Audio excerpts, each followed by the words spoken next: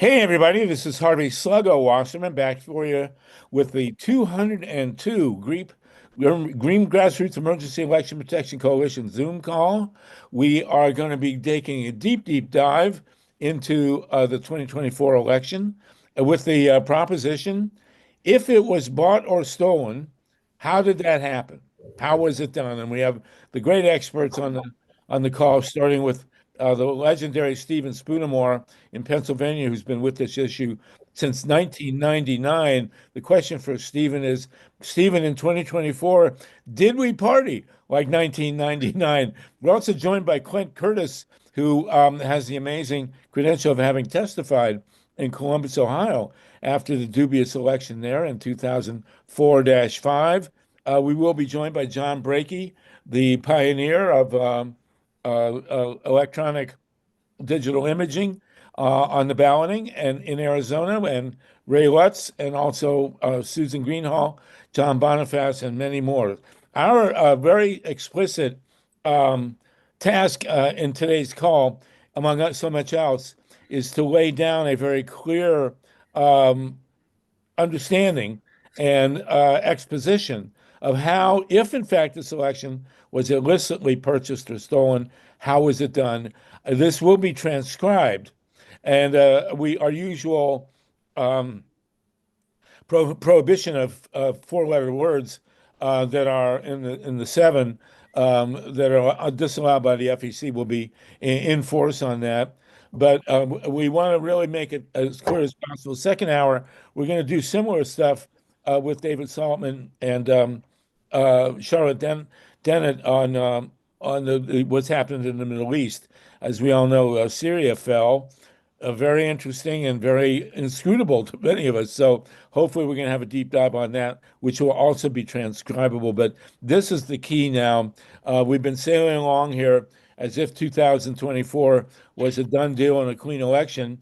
And there has been Stephen Spoonamore out there mentioning very much otherwise. I do want to mention before we proceed that my understanding, I talked to Tatanka Bricka earlier. I don't see him on the call. Tatanka, if you are here, please raise your hand.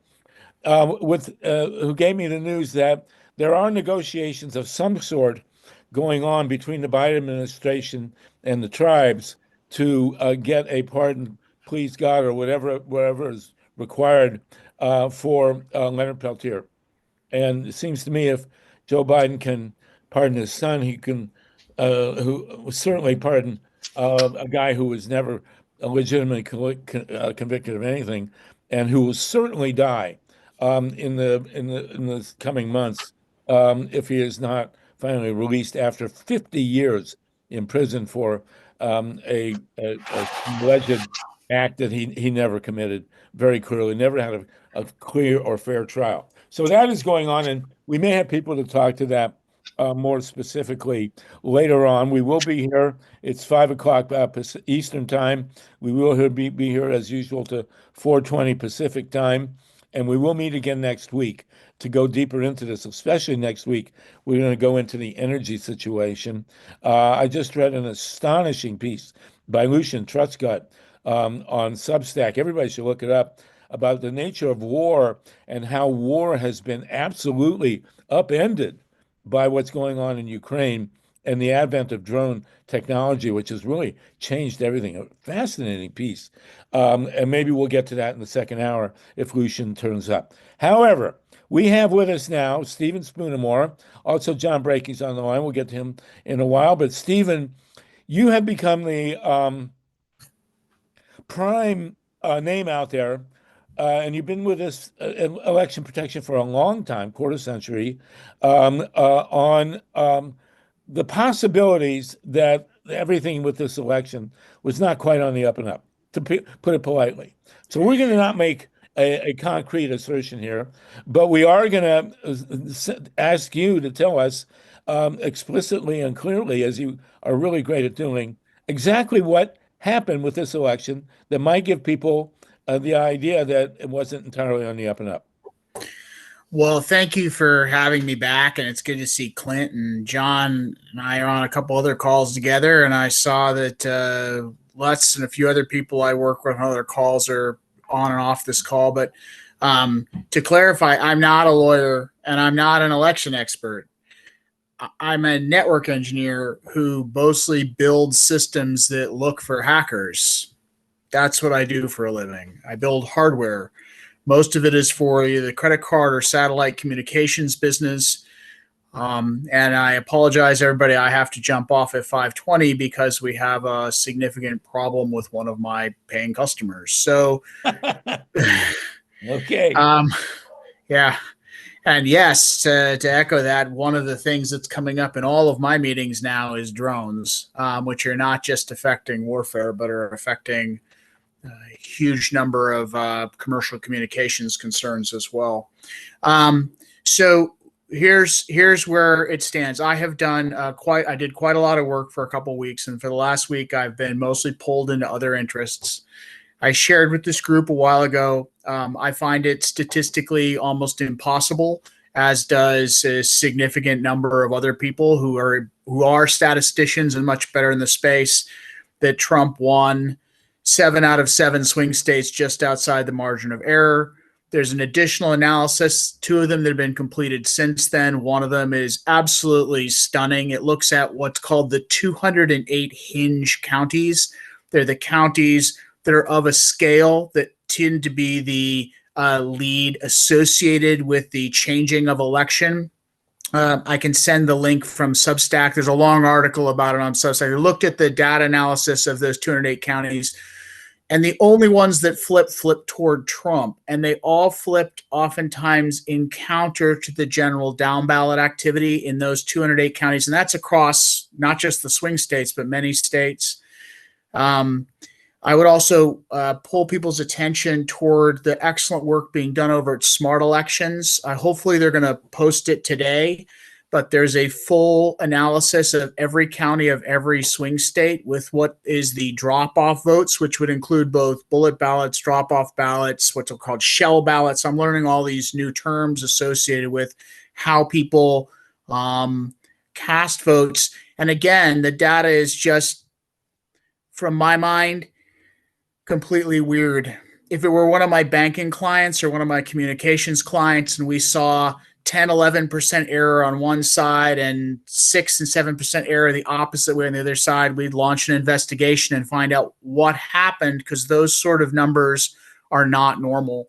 Part of the Smart Elections team is also giving parallel information with how some of these same states and same counties like Pennsylvania, Nevada, and Arizona performed in 2016 and 2020, and Trump was on the ballot all 3 times, and these strange drop-off numbers that are way outside statistical norms don't exist in those elections, at least not uniformly across the state. There's always a few counties where something weird happened and you get things like that, but so you have all this strange statistical anomalies going on. And then my focus that I have been doing a lot of work on, that work is great, and I've been reviewing it with people, but I'm not the one doing that work. I'm just looking at it and saying, well, here's what I think. The thing that I became very interested in during the time it happened was, why is Elon Musk sending people money to get their street addresses and signatures? And there's now these waves of checks going out, and I'm now working with 3 different groups to collect the names and information of people who are receiving Elon Musk checks who claim they did not actually sign up for his polls or his pledge or his contests. In different states, it was given different names.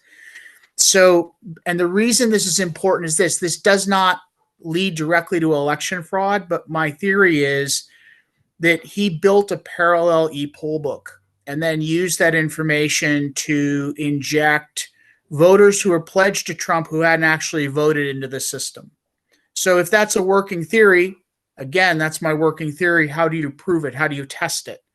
Well, first off, you should be, law enforcement should be saying, hey, is this election interference? Is this vote buying? But they don't want to be involved. But what we can do is we can go to people and say, you got a check, but you didn't sign up.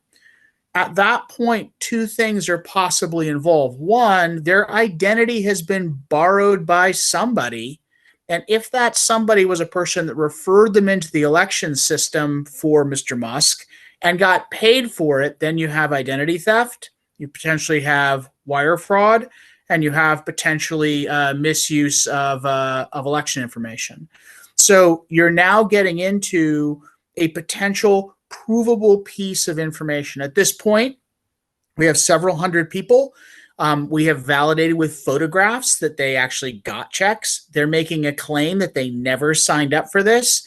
And we're in the process of writing letters and providing that information to the relevant attorneys generals of their states. And hopefully it'll engage law enforcement to say, well, we don't want to touch the election because most of them don't seem to want to, but this is identity theft. Somebody took my identity and made money with it. I got a check too, but I didn't sign up for this, and I don't know how my identity was used. And if we can then demonstrate that some of those people didn't vote, and they say, in a couple cases, they say they didn't actually vote, but if they're marked voted in the final registrations for their counties, then we have the smoking gun that I think exists. That's my update. And that's what I've been doing. So we're only talking here about the possibility that the 2024 election was purchased. Can you discuss the role that Elon Musk's $1 million lottery or whatever it was might have played in all this? Here's the crazy thing. It varied from state to state what he was doing. So he played this out in the different 7 swing states, but there were different payment rates and they were sort of advertised and plugged in different ways. So like in Georgia, if you signed up in Georgia yourself, you could get a $45 check for pledging to be voting for Trump in Georgia. In other places like North Carolina, it was $100. In Pennsylvania, it started as $100, and then eventually they really wanted more names and numbers, so it became $200. And in addition to you signing yourself up, they allowed for people to be gatherers. And the gatherers came actually in 3 different buckets.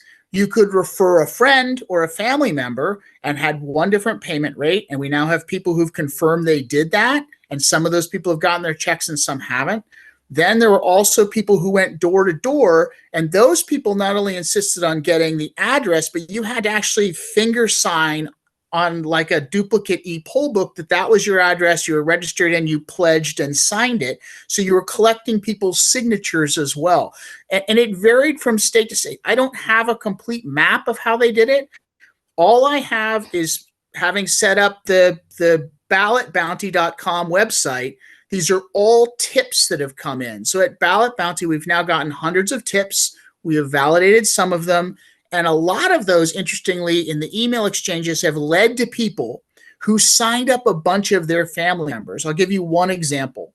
Nice guy from Georgia came in through the Ballot Bounty tip line, or he may have come in through my Substack in his case. I reached out to him and said, okay, so you signed yourself up? And he says, yes. And you got your check? He says, yes, it's $45 check. But I also signed up, and then he gave me this list of people that he signed up. And they were then, he was informed that they would be reached out to by the campaign to get their consent for their using their data, but none of them, they reached out to nobody. Nobody got their consent. But about half of them have gotten their check. So their data was put in. They never gave consent. Some of them have been paid and some of them have not. And this pattern seems to, it's highly variable and the rates are variable, but there's no question at this point that there's a significant number of people who did not sign themselves up and give a consent, who did get checks, who apparently are in the system without their agreement. Well, Stephen, how would all this tangibly affect the outcome of the election? Correct. Well, here's my assertion. So I'm looking. Both ESS's software and Dominion software have been compromised. They've both been copied. They've been extensively played. Sidney Powell had copies of it. Mr. Pillow Guy had a conference about the software. You can buy it on GitHub. So you have the software, and they've had it for enough time you could build an exploit. And one of the things that is true, especially of like the DS850 machine, most of the ES2000, 200 series machines, all the Dominion machines, they have massive storage on board. Why? So when you take a ballot, there's actually a series of steps associated with it. The ballot isn't actually a paper ballot that you've signed up is not actually what's counted. That goes into the scanner, and the first process that goes on is an image is made of the ballot. So instantly you're taking a paper ballot and you're making an image. That image is then stored. In batch sets, the image then goes into a separate set of processors where those shapes that are around the edge of the grid, which are all little dots and squares, are basically an index. And so the scanning software, which is separate from the then tabulation, or rather the cast vote record software. So the first is called a cast vote image, then it becomes a cast vote record. The second piece of software looks at that grid and says, if I go to 0.3 and X is 5, if there's a dot there, then 1 vote for Trump. So it looks at the particular reference points, then looks for a dot, and then adds a cast vote record as to what that image should be added. Then that set of data is then put into final, or not final, but sub-tabulations within the actual batch of things that's run. That batch is then uploaded to larger processors. Why I'm saying this is this. It would be completely simple to write a script in advance to pre-store ballot images in these machines. You would not know they're there. It would have, you could just make it a time script on it. Clint probably has seen similar stuff to this. There's a time script. I have a series of 500 preloaded ballots. There's multiple gigs of storage on these things. They're sitting there in a file. Ballot comes in, first image scan, first read. Is it a ballot for Kamala? Great. Take that image out, replace it with one of my stored images for Trump. And if I have pre-pledged people and a poll book, that's one way to do it. And so you're saying that Trump, that Musk could have built an electronic army of votes that he could flip to Trump? Correct. And he used the $1 million lottery to build those names? There is no logical way to line up with the data as to the way the 7 swing states performed unless somehow votes were injected. And I'm trying to figure out, and you know something great, somebody open up the boxes and actually hand count the ballots and prove me wrong. Until then, I'm trying to figure out how it could have been done. So you're saying that the only way to find out if this proposition that there was electronic theft based on the ballot imaging would be to actually hand count the paper ballots. That's great. That's what should be going on. That's what should be going on, yes. Well, the presumption on setting up the ballot imaging system, and we have the godfather of ballot imaging with us, John Brakey, the presumption was that we would count the ballots, count the ballot images, and then if there was reason, or if the election was close enough, then the ballots themselves would be counted. But the ballots themselves in 2024 have not been counted, and the Democrats have not called for them to be counted. Is that correct? You got to say, shaking your head won't do it here. Yeah, for our radio audience, he's nodding in the affirmative. Yes. Oh, yes. For our radio audience, Stephen Spoonemore has assented to what I just said.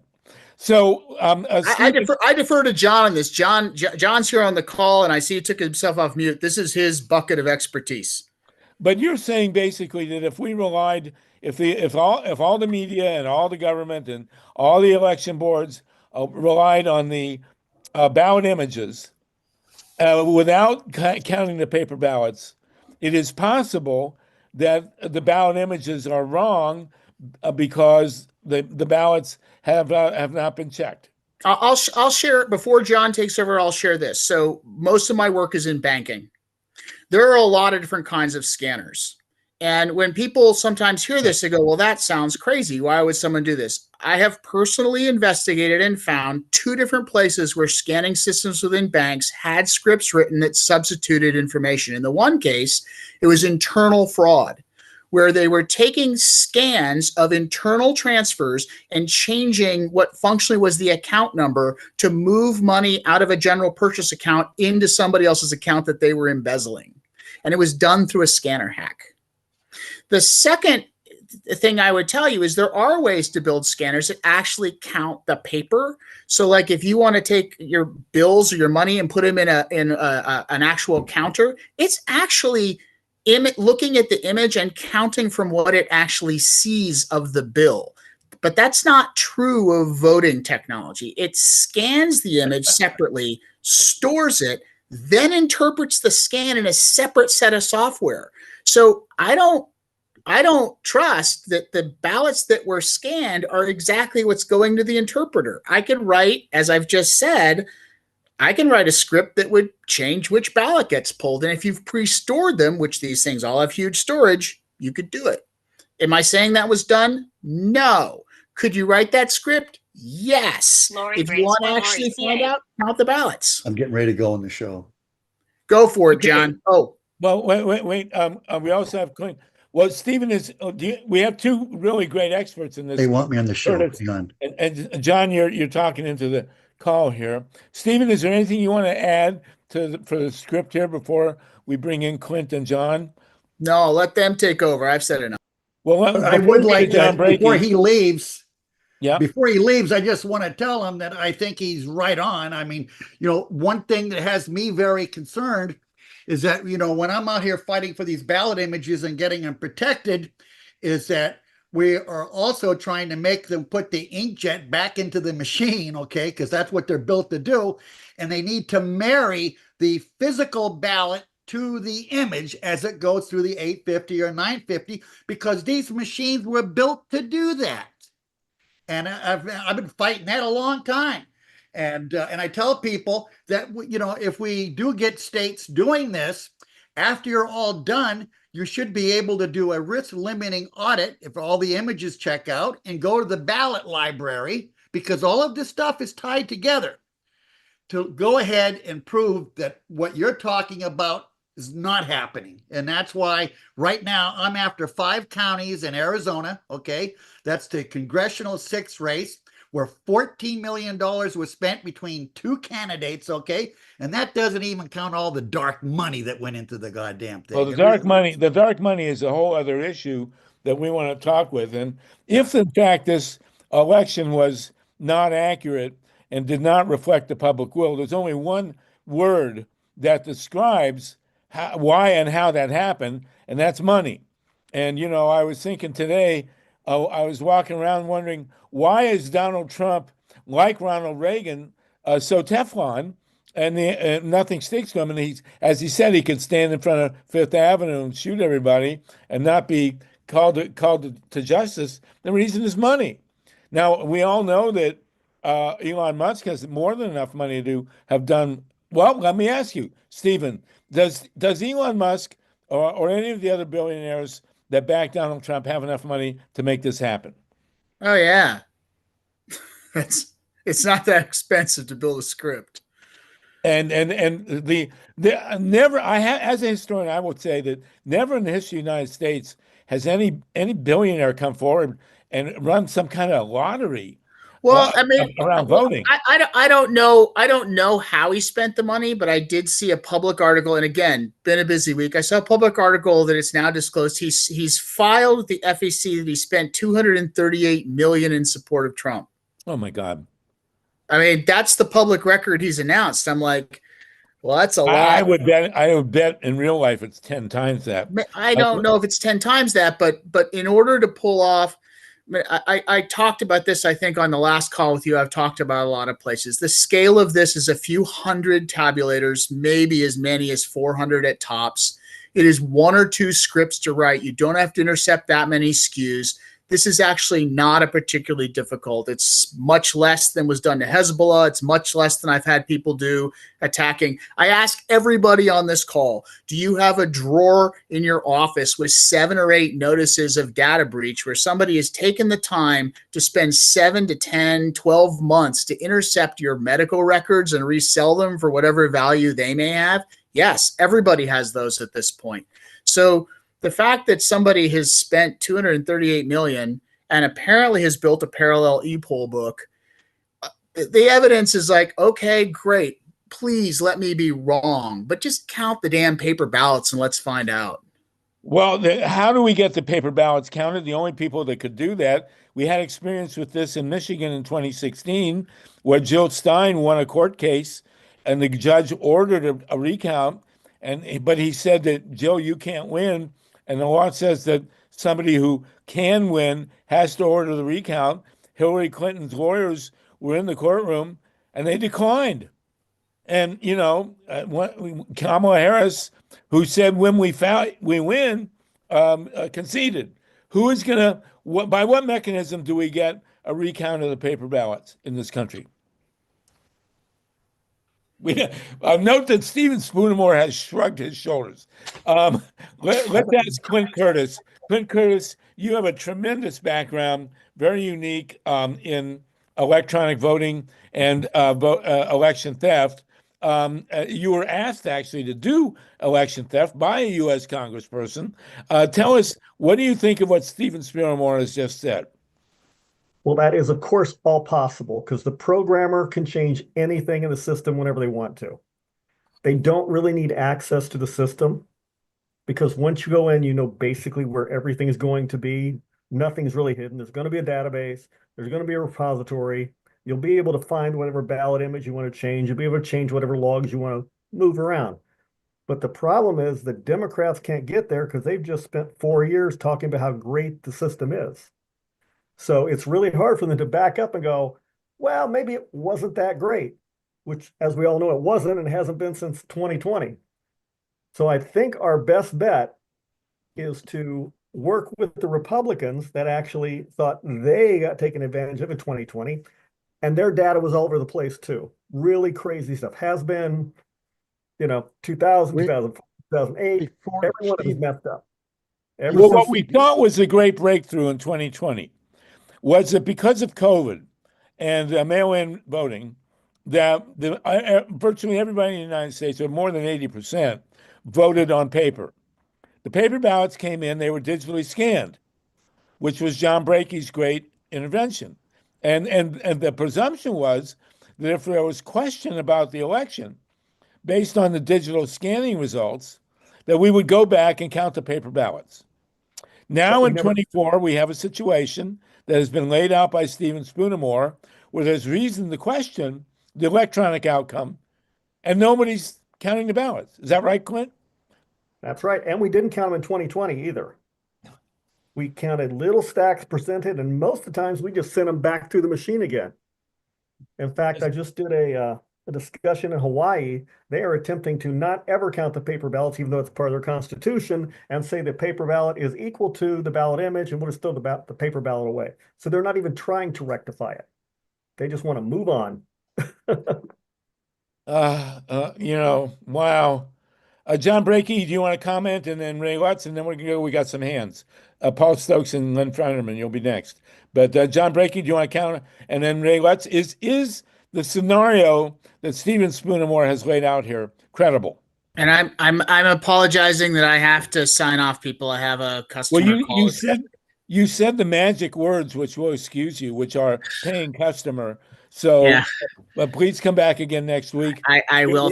And Clint, good to see you. And John has been on multiple calls with me. Ray was on a call with me earlier today. Hopefully they can pick up and add value. So, and next week I'll have an update, if you'd like, about what we have found out with our building the poll books, and we'll have our first responses hopefully back from some AGs.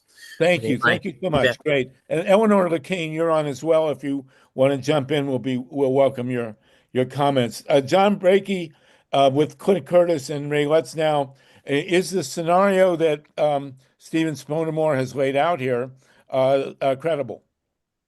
And what do we do about it? I think it is. And, I think the real thing is that we should never walk away from a ballot box wondering if it's real or not. And, there are anomalies that need to be investigated. And it seems like the Democrats, like always, are afraid of looking like a sore loser or something, or hypocrites, that they're not. And, I'm moving on 5 counties, the CD6 race. Okay.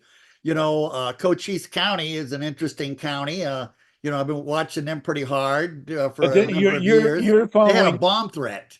And then that was another thing, actually, Stephen did not mention.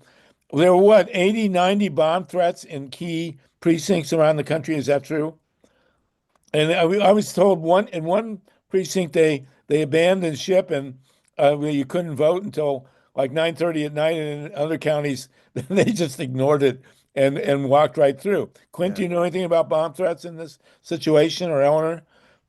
I have heard that was going on, but essentially what we have to get back to is just a hand count paper ballot under video that actually would show every ballot to everything. And if we could marry Mr. Brakey's count the image, and see if he could count the ballot as it came on the video, you would know instantly if someone was cheating you. Exactly. And you'd be able to count those ballots and know exactly what the totals were, and no one could contest it because it'd all be on video, streamed out there as you were going on. You couldn't steal anything. I have a website, handcountusa.com. We did a test of it down in Texas, Dallas, I think. And you could count the entire election in 2 hours all across the country and be done with it. And then by using the verification software that counts it for you, you could double verify it. That pretty much would tie it all together. Can you put that website on the chat, please? And I'll, of course, put it into the article as well. I mean, that's an interesting assertion. And Ray Lutz, you're the one of the audit experts. What do you have to say about all this? And I'll ask Eleanor McCain and then Paul Stokes. Oh, thanks, Harvey. Yeah, sorry I'm a little bit late. Yeah, I have to go along with what John said. Basically, we don't have to come up with a bunch of scenarios to say maybe this could happen or that could happen. But I'll tell you, this year is one of the most suspicious looking years I've ever seen in my life. I mean, we have people, think about it, spending hundreds of millions of dollars on this election just to tamper with it. They've stolen the equipment. This never happened before. They circulated the code on the internet. That's never happened before. They discovered backdoors in the code where people anywhere could insert votes into the results. That hasn't happened before, that we know of, at least. But these backdoors exist in all Dominion equipment. They're like a big piece of software that just lets you change the results. So here's what we're doing. We have a tool called Audit Engine, and it lets us take all of the ballot images and review them and retabulate them. Now, we already got started on Dane County, Wisconsin. We've already gotten halfway through it up to the mapping, and it's really clean this year in terms of they've been doing it for a while. And so we're getting, easy to process ballot images and names. Mostly it's the names. If they change the names constantly, then it's difficult. But we're somewhat more practiced with this now. But it's not that easy to do. It's pretty complex, and I don't quite agree with Clint Curtis that it should go on video. But I'll tell you what, taking a picture of every ballot is just about the same thing. You get a nice, clear, still picture of every ballot that you can let software analyze. That's better than a video. Okay. And you can go through and check them. Okay, so the thing is that these machines already make these images. And so what we looked at was the drop off, like in Nevada, which was went blue the last 2 times that Trump won, and now suddenly went red.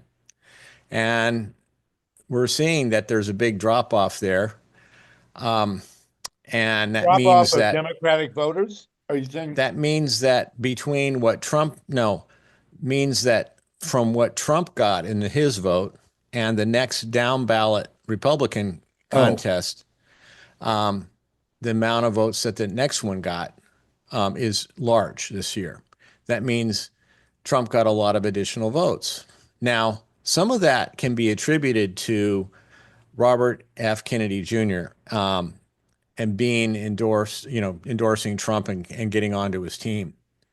And, there's a lot of people on the left that did like the guy. And, he used to come to our things and we'd actually pay him to speak. So he has a lot of people following him. And that may have had a big impact, I think. But still, here's the deal. We want to look at these, what we call split ticket counties. That is where Trump won and the down ballot Republican lost. And that means that the Republicans have a stake in it as well. They think, oh, Kari Lake should have won, and so there was probably Democratic tampering to make Kari Lake not win. And we're saying, no, it's because Trump, there's something going on with what Trump got there. But the work that we're doing is confined, unfortunately, to the distance between what was scanned and what the results were. So we're not getting into the information warfare problem, the bombs, the threats, the intimidation, all of the payoffs, the bribery going on before the election. I mean, it's incredible what happened this time. And Well, those also you things are have supposed to be illegal. you have a repeat of what happened in 2000 in Florida, as documented by Greg Palast, which is an enormous attack on the voter registration rolls, and the Yeah, that removal too. of countless, apparently, many thousands of suspected Democrats, which certainly happened in Georgia, as per Greg's Vigilantes Inc. film. Where else it might have happened, I haven't heard, but it's certainly worth investigating. But again, here we are out there raising these issues with an election between a Democrat and a Republican, and the Democrat has no interest, apparently. It takes my breath away because, here's the deal though. We tried to get the ballots, members of the public trying to get to the ballots and look at them.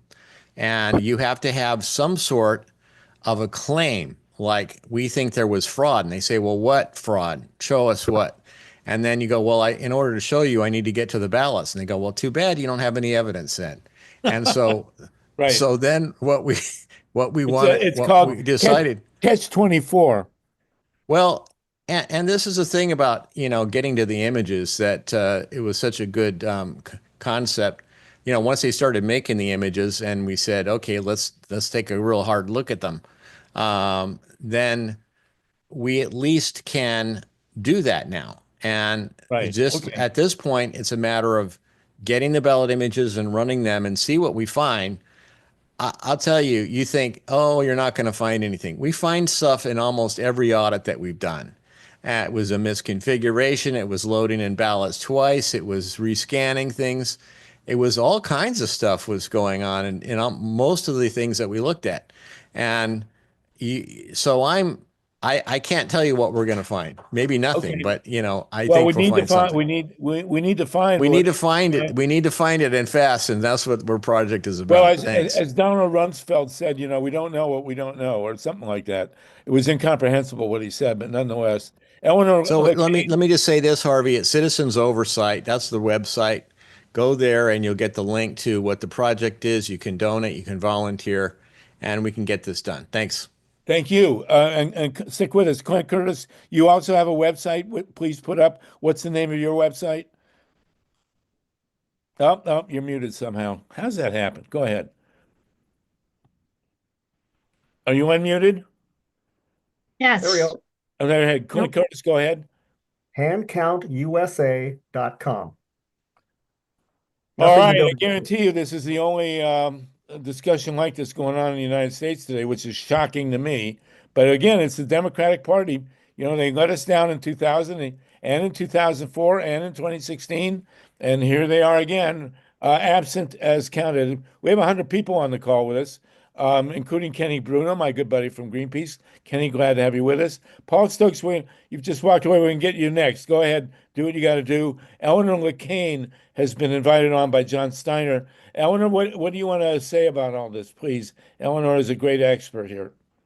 Yeah, thanks so much, Harvey. Thanks for all your good work. I appreciate everyone for being here to focus on this important issue.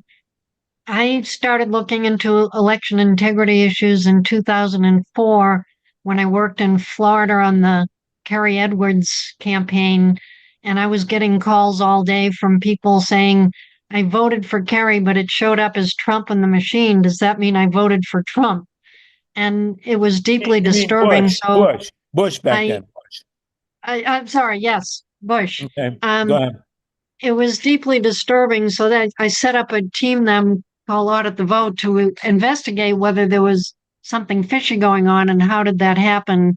And I won't go into the long story. And however you were in on that, and Clint and a number of other people, but that was 20 years ago. So I'm sure they've perfected the ability to do the rewriting of the software in a way that it wouldn't be as visible as it was for some people in 2004.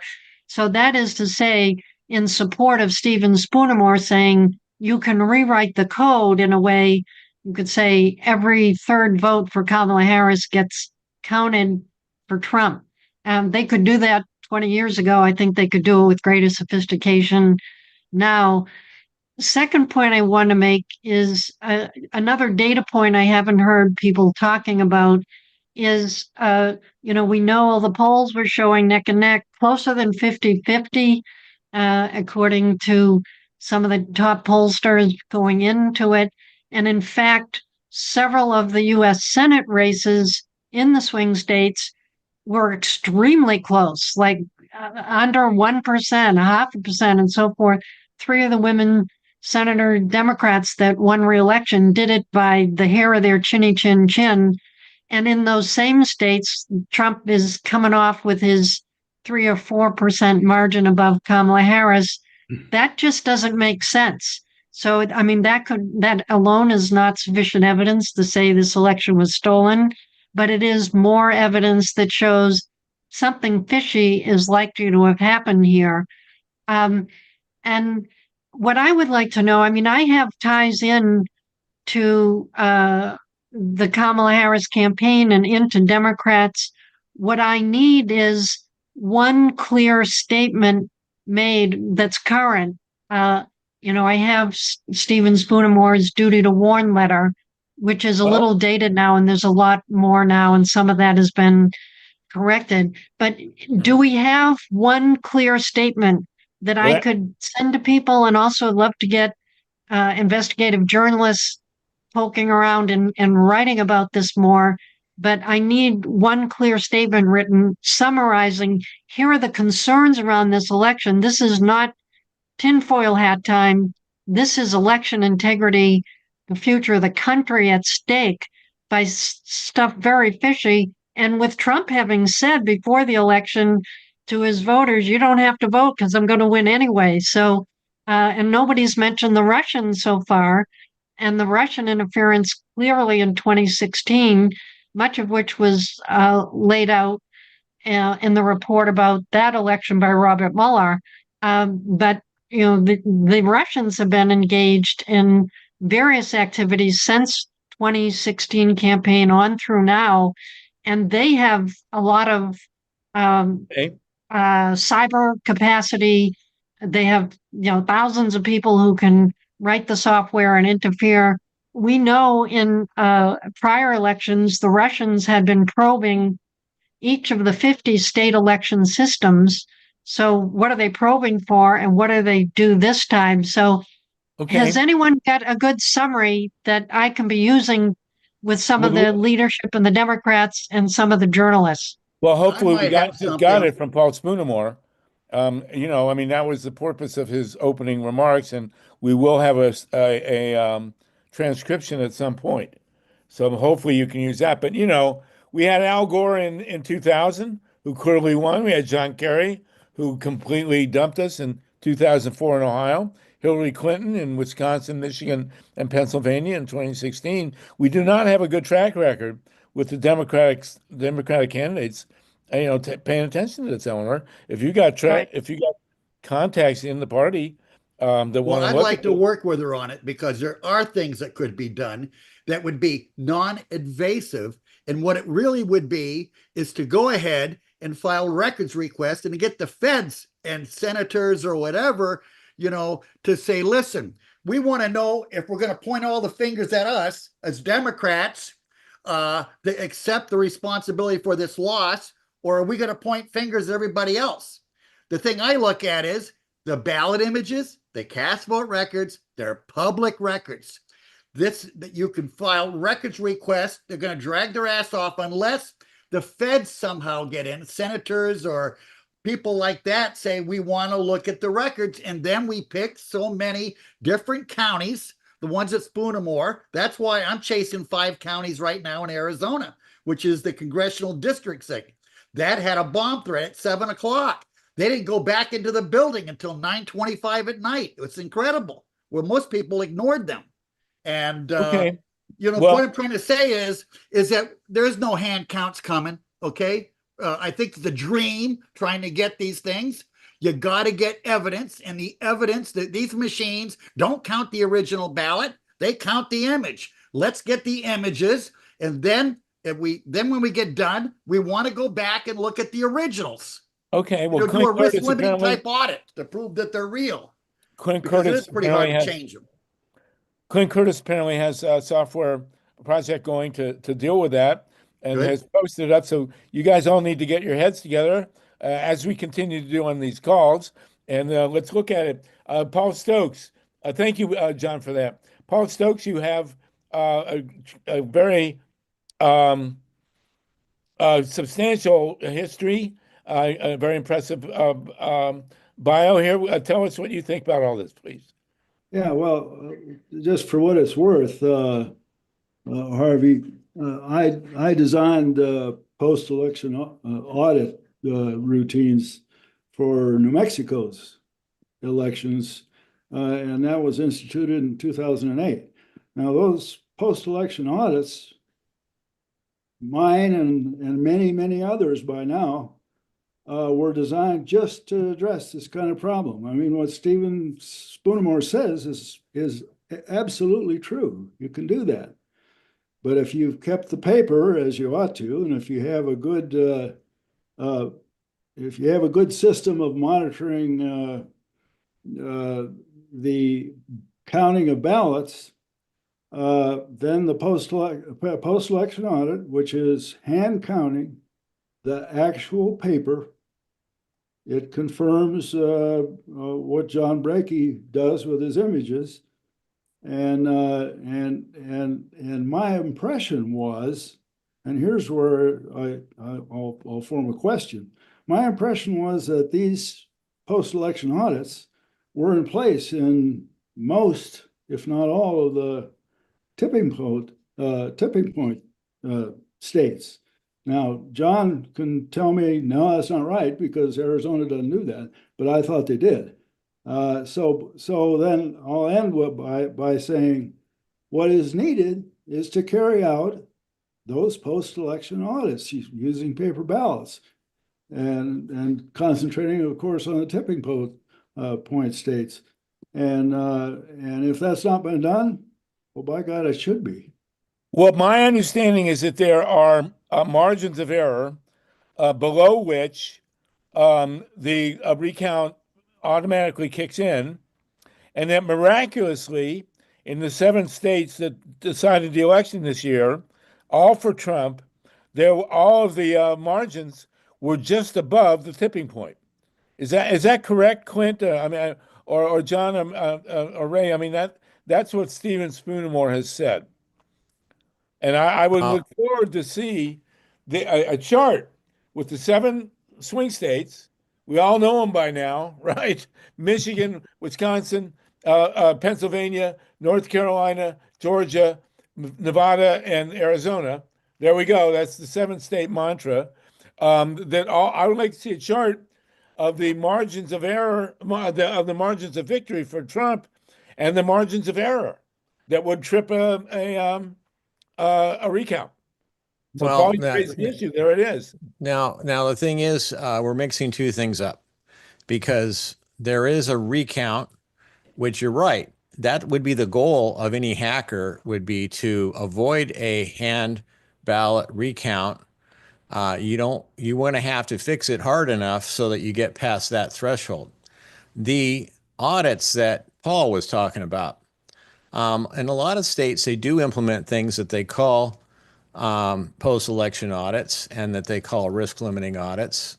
And most of these, first of all, are done by the election officials and the staff that just completed the election. And they almost never will find anything saying that their own work was faulty. And unfortunately, when you ask people to audit their own work, they find a way to make it sure that it comes out absolutely clean. Los Angeles was doing this, and they admitted it to me. They would rescan all of any kind of a batch that came up faulty, and they would get a new report for it, and they would compare with the new report, therefore never looking back at the computer report that could have been hacked, and it would cover up everything. And so this is why we're at kind of we're in a catch-22 kind of a thing where we can't trust the people that are doing it. We can't trust the Department of Justice to do anything. We can't trust the Democratic Party. And let me tell you, I had a volunteer just have a meeting with Adam Schiff, and basically they said, look, we're not going to even mention this. There's no way in hell anybody in the Democratic Party is going to talk anything about that the election wasn't good. And the same with Common Cause has come out against looking at this, League Win Voters. They've all come out against it. And this is why we have to, unfortunately, turn toward the Republicans who have been very helpful with me and the audits that I've been doing, because they're actually interested in this stuff. It's crazy. Right.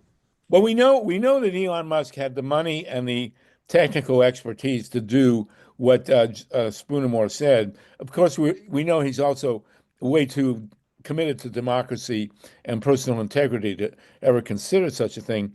Clint Curtis, we're going to go to Lynn Fineman in a minute, but Clint, you wanted to speak again, please?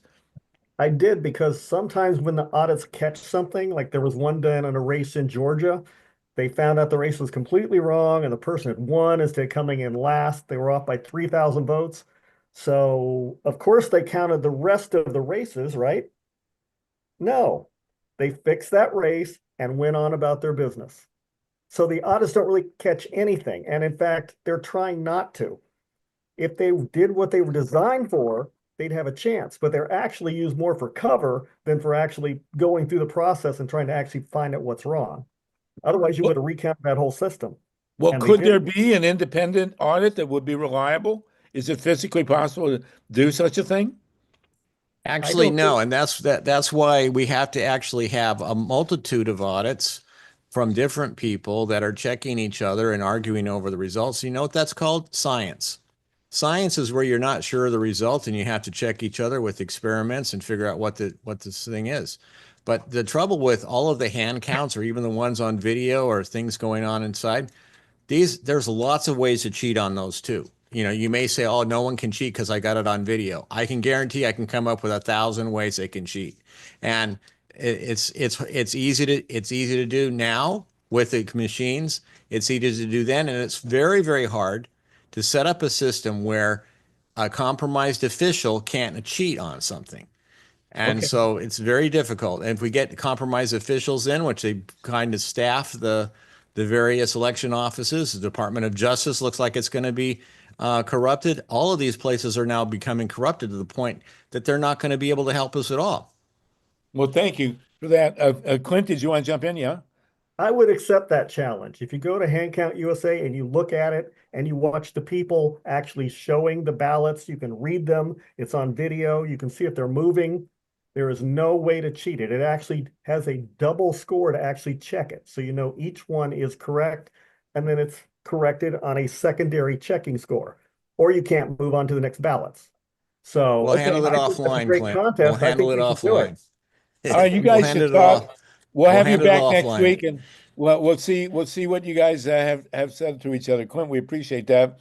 We need to be supported, by the way, this call. We got some good people, good donations last week. If you got a minute and a few bucks to throw,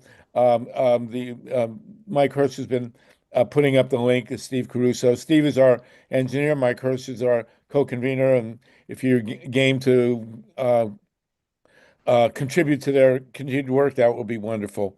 Okay, Lynn Feinerman, and then we'll go back to Paul Stokes and Melissa Richardson. Oh, what Tatanka? What happened to Tatanka? Go ahead, Lynn, and then Tatanka was next. Go ahead, Lynn. Neil Penn was in the queue as well. Oh, okay, Neil. Okay, go ahead. Lynn, are you muted? Oh, God. Let's get you unmuted here. There. Hi. Go.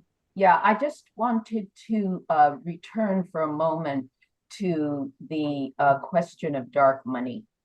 I don't know if everybody knows this, but Dominion voting was founded by arch-conservative evangelical Christians. That's where it comes from. And, you know, if we look at the spat, shall we say, between Trump and Dominion after 2020, we might be able to believe it, but we also might be able to conclude that in a sense, Trump was doing precisely what he does all the time, and that is blaming the victim, twisting things around so that it looks like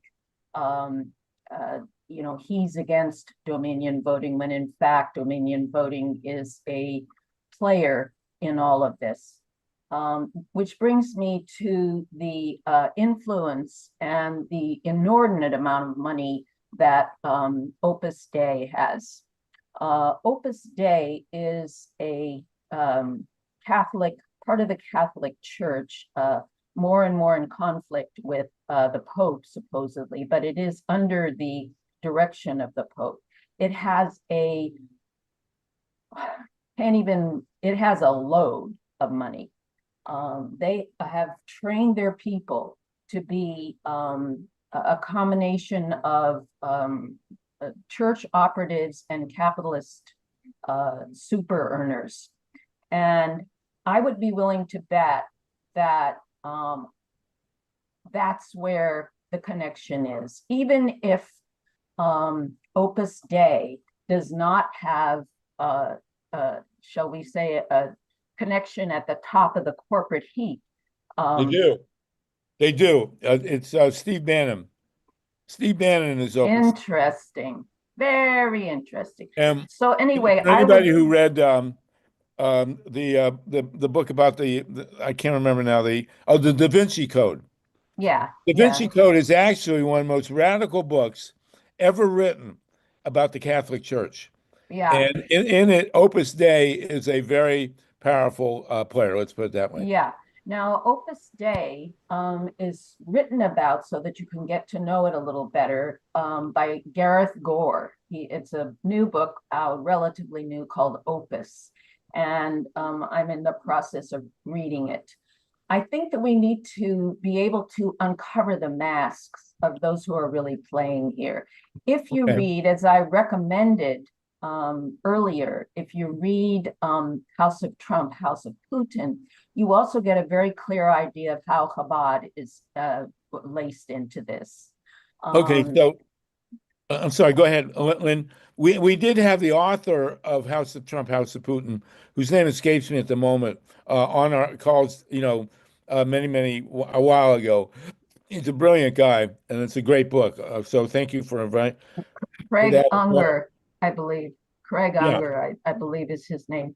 And so my point that I'm trying to get to here is that we can go on in the weeds, and we can try and prove all of the things that Stephen Spoonermore has so brilliantly tried to prove. But I think that we need to put faces on it. I think that we need to start looking at who's really who in this, who is manipulating. We need to know how many people from Opus Dei, how many people from the evangelical movement moved into elect positions in running elections, in administering elections. And I think that you know, that can be done and needs to be done. I think that it's become quite clear that touchscreen voting machines in particular are very easily manipulable. Right. So yeah. We had hoped we found a way around them with hand-counted paper ballots that were digitally scanned, but now we see, you know, difficult, to put it that way. Sluggo, real quick, Lynn, could you please announce your excellent podcast? And thank you so much for the investigative reporting and interviewing that you do. Well, thank you, sweetheart. Yes, thank Lynn, you. go Thank ahead. you, Mike. I produce Women Rising Radio. Our most recent program actually was an investigation into Project 2025 with a young woman, Andra Watkins, who actually visited this program in the past, who was brought up in Jerry Falwell's a moral majority evangelical movement. Okay. And Andra is just brilliant. We'll have Andra back. Absolutely. And Lynn, it's great to have you with us. We have a couple of John, Christopher Bricka and Tatanka, and another fellow from the is going to talk about Leonard Peltier in a few moments. But Tatanka, if you can give us 10 minutes, we got some hands up. I want to run this. We will resume this incredible discussion in a week, and I will have to figure out how to produce for general consumption the transcript of this amazing talk. Neil Penn. And thank you again, Lynn. We appreciate that. Neil Penn, and then Melissa Richardson, and then we'll go back to Eleanor and John, and then we'll go to Tatanka to inaugurate our discussion about Leonard Peltier. We're also going to talk about the Middle East and Syria. We've got the great Dave Saltman with us in a bit. Okay, Neil Penn, please. Does anybody else want to speak? Raise your hand now, please. Go ahead, Neil. Thank you for the opportunity. The speakers answered my questions in terms of leverage of not just if this is so, but how to proceed. So I have nothing further to inquire about. Okay. Well, thank you, Neil. We appreciate that. Melissa Richardson, you haven't spoken, and we'll go to Eleanor LeCain and John Brakey. If you want, I see Julie Weiner and Danielle. So very quickly, we'll go to them, and then around 10 past, we'll get into Leonard Peltier. Melissa Richardson Hall. Yes, hello. I'm here today because I'm a progressive independent, and I think that somehow, even though I voted for Kamala, I think a lot of votes were manipulated, and I am very concerned, and I'll just come out and say it, that the secret societies are just trying to kill whatever poor they want to kill. What can we do? Thank you, Melissa. Thank you for that. We appreciate it. Eleanor LeCain and Brakey, and then Julie Weiner also hasn't spoken. Go ahead. And go on. I'd like to hear suggestions on recommended actions we can take. Obviously, the recount is what we wanted. The audit is what we wanted. Apparently, I think it was you, Harvey, said the person who can do it is someone who might have won if the election were interfered with. That's Kamala Harris. She's decided not to challenge for whatever reason. I got Stephen Spoonamore's duty to warn letter laying out the case for interference directly into the hands of a Democratic governor whose response was, this is really Kamala's call. She's got a lot of people advising her who know a lot about elections. If she's decided not to challenge, I'm not going to speak out because it would be embarrassing to her. She's the sitting vice president of the United States and the candidate who would have been aggrieved in this case. So with Kamala Harris not challenging, what else can we do? Like, what's the call to action? That's a good question. Clint Curtis has a website. I have no answer. You know, Kamala said, when we fight, we win. What happens when we don't fight? And there's a long history here. You know, Al Gore, John Kerry, Hillary Clinton, all faced with the same issue, all did nothing. And here we are. You can call the White House. Ray's got a petition out, Cops Wiki. I put it in the chat several times. There's plenty of articles, a guy named Tinfoil Matt on Blue Sky and Twitter that's uncovering a lot of stuff. There's plenty of stuff that can be done. You just got to get out there and do it, I guess. Yeah, this is Steve Caruso, by the way, our engineer. Thank you, Steve. I didn't see your hand, but I'm glad you spoke in. Daniela hasn't spoken, but let's go Julie Weiner and then Daniela. Julie was first, then Daniela. Then we'll go to Brakey and then to Leonard Peltier. Oh, and Ray Lutz. I see Ray Lutz has a hand. There we go.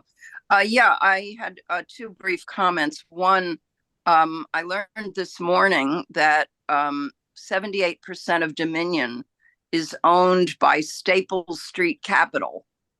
And Staples Street Capital is owned by a man named Houghton Zadeh. His name, I put this in the chat. And Houghton Zadeh is mentored by and apparently led by Steve Feinberg, who's now in line to be Deputy Secretary of Defense. So it looks as though the potential Deputy Secretary of Defense cultivated an investor who bought 78% of Dominion. So that may be part of how this got done. And then second point goes back to the conversation about audits and recounts. I don't know about other states, but in New York, when we first got hand-marked paper ballots in 2009, the law required an automatic, immediate post-election hand recount audit of 3% of the ballot boxes. Yeah. Julie, did you disappear on us? Daniela, go ahead with Julie. Hopefully we'll come back. Well, Daniela? you know, the article at Free Speech for People and the letter to Kamala Harris from PhD ITs. You all know about that? No, why don't you put it in the chat, please? You didn't know about that letter? I've No. been sending it to all the. Yes, we do, Harvey. Oh, we do? Oh, okay, sorry. That's Duncan Buell. If I'm Duncan That was Buell, the yeah. first letter. That name I recognize. Go ahead. Eleanor did. But I agree that we should try to do something. And I like that Clint is positive about it. And I feel that if we send that letter plus a link to the YouTube viewing of Vigilantes Incorporated to senators that might be empathetic, like I've been sending it to a direct email of Senator Sheldon Whitehouse. If we keep badgering them with we're Democrats and we're disgusted that you're taking this stolen election so lightly and doing nothing about it, if we keep badgering our representatives, we have to do a lot of it. But if we can send letters and calls, not just to the White House, but to AOC, to Cory Booker, to the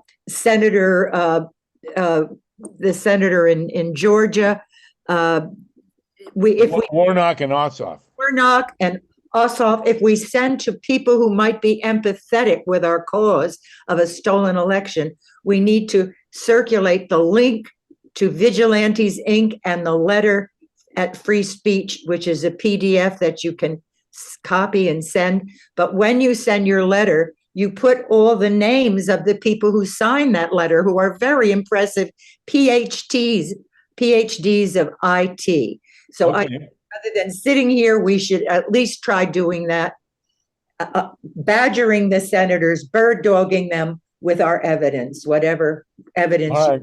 Well, at very least, we have to find out what happened. I mean, we eventually learned what happened in Florida 2000. We certainly know what happened in Ohio 2004. Little foggy in 2016 on Wisconsin, Pennsylvania, and Michigan. But we got to be clear moving forward.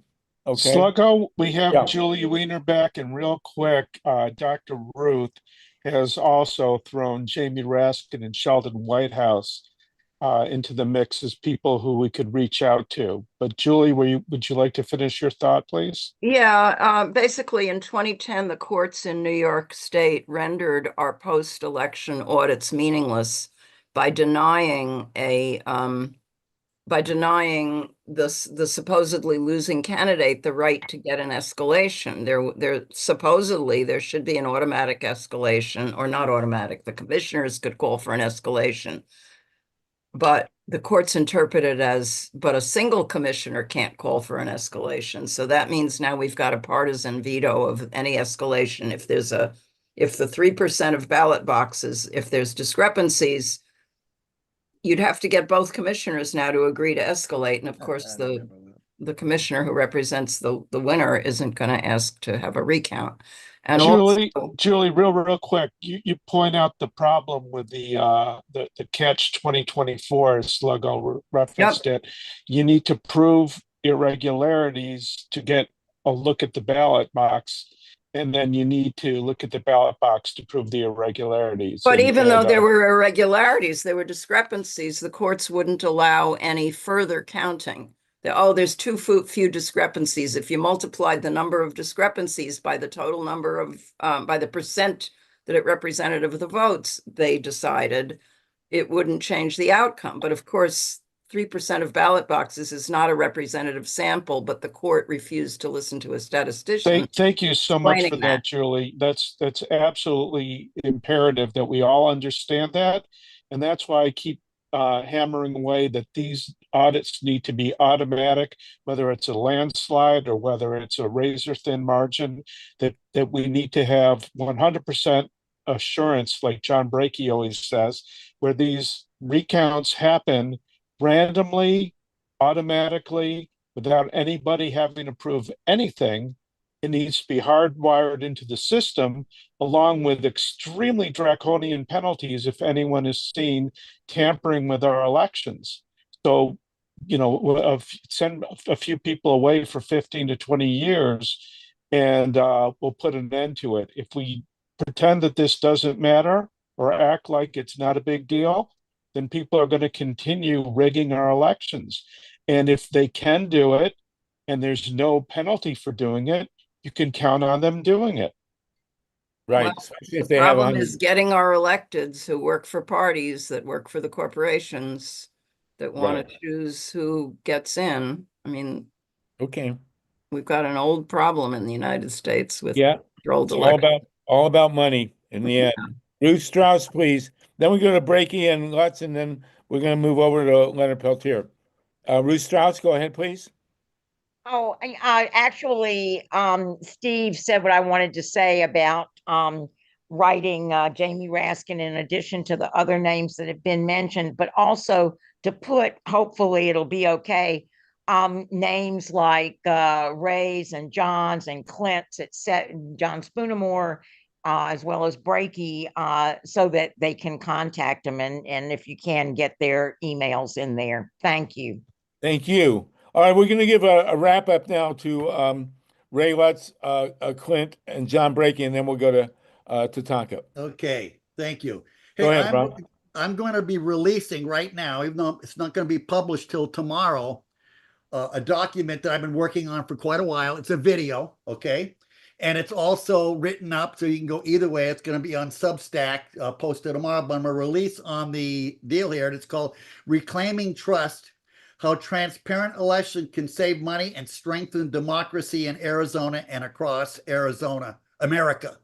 And it's a story about Pinell County and Cochise, and there's 5 counties I'm chasing. And because, all the time, they tell us that they know their election system is good because they ran a logic and accuracy test. And this document, I completely destroy.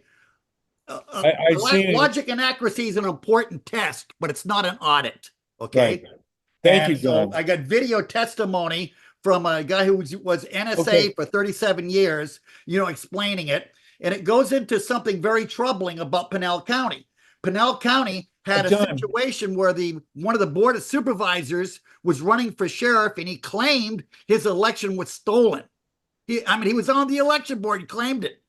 And they would not let him hand count. They would not let him check the ballots. They went out and hired a big law firm, and they spent $150,000, okay?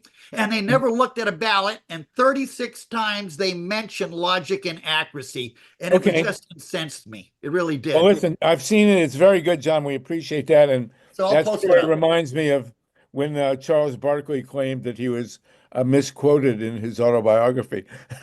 Okay, Ray Lutz, and then Clint Curtis, and then we're going to move to Leonard Peltier. You guys have been great. John, thank you so much. Ray, really appreciate it. And Clint, go ahead, Clint, please. Ray, rather. Ray, and then Clint. Oh, okay. So, yes, thank you, Harvey. Yes, so look, we got to look at where we are right now. We're not going to be able to get to the ballot. the paper ballots in any way that I can tell, because the only way to get to those is if Kamala Harris says, I don't like the result. The other way to do it would be to go to Carrie Lake and have her complain and maybe get to the ballots through that. I'm willing to.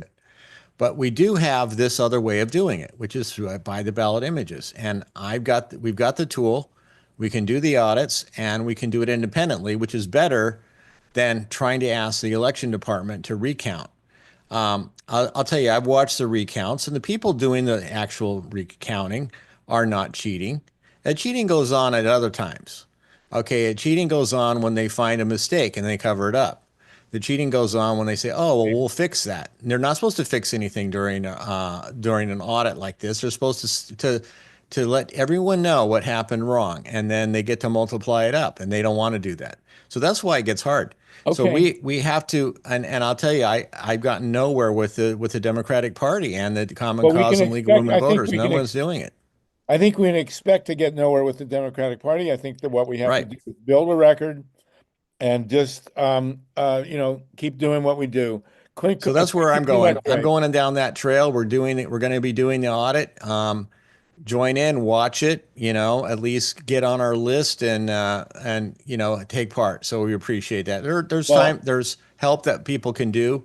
We have a mapping phase where we have to put the bubbles on the ballot where they are, and it's just a matter of mousing over and clicking.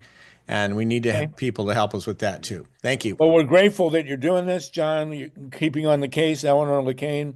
We can't let this go by. Obviously, we're not optimistic that we're going to be able to reverse this, or even that we get the Democrats to pay attention. They never have, but we got to do what we got to do. Clint Curtis, we get the last word, and then we're going to move to Leonard Peltier.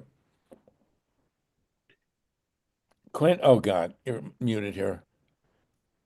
Good. There we go. Okay, you're good. You're good.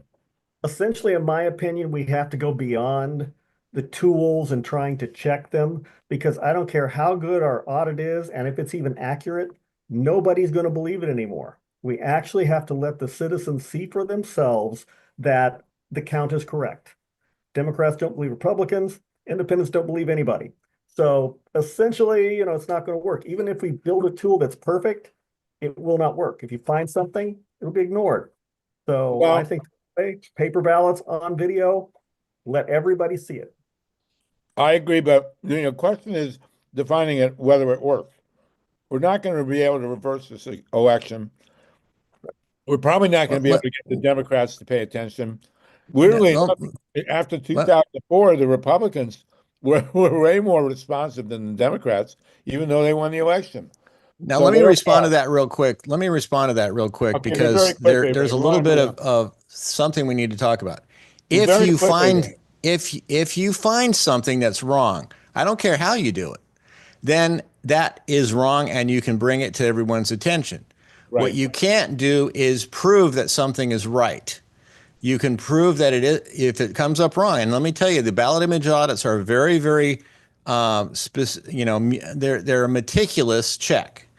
And the meticulous check of every single ballot, and sometimes millions of them in any one district, is nearly impossible. We've watched it in Cyber Ninjas down there in Arizona try to do 2.1 million ballots, and it took them 7 months. It's very hard to do. Don't underestimate it. So that's why, if you can find things, and any tool can find things, and then you can bring them to light, and it can stop it, and then you do get a recount, you do get a careful check, and a possible reversal. But you're right, it does go down to a hand count eventually. The hand count is what happens. Thank you. Thank you, Ray. What's going to happen now, I think, is that we can't delude ourselves that we're going to be able to reverse this election or even get the Democrats to pay attention. What is imperative is that we build a record of what happened here.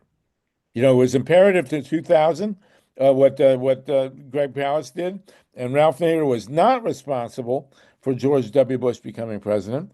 We made the record in 2004. We made somewhat of a record in 2016, but I got to tell you that 2020 would not have been gone for Joe Biden or been the account that it was if people didn't understand the election system. So now we've been handed another steaming pile, and we're just going to have to get to the bottom of it. What the outcome is, that's the outcome, that we get to the bottom of the steaming pile. And at some point in time, we will live in a country that has reliable elections year after year after year, but we certainly aren't there now. Okay, I'm sorry, we got three people with hands, but I've had Tatanka waiting with a guest to talk about Leonard Peltier for quite a while.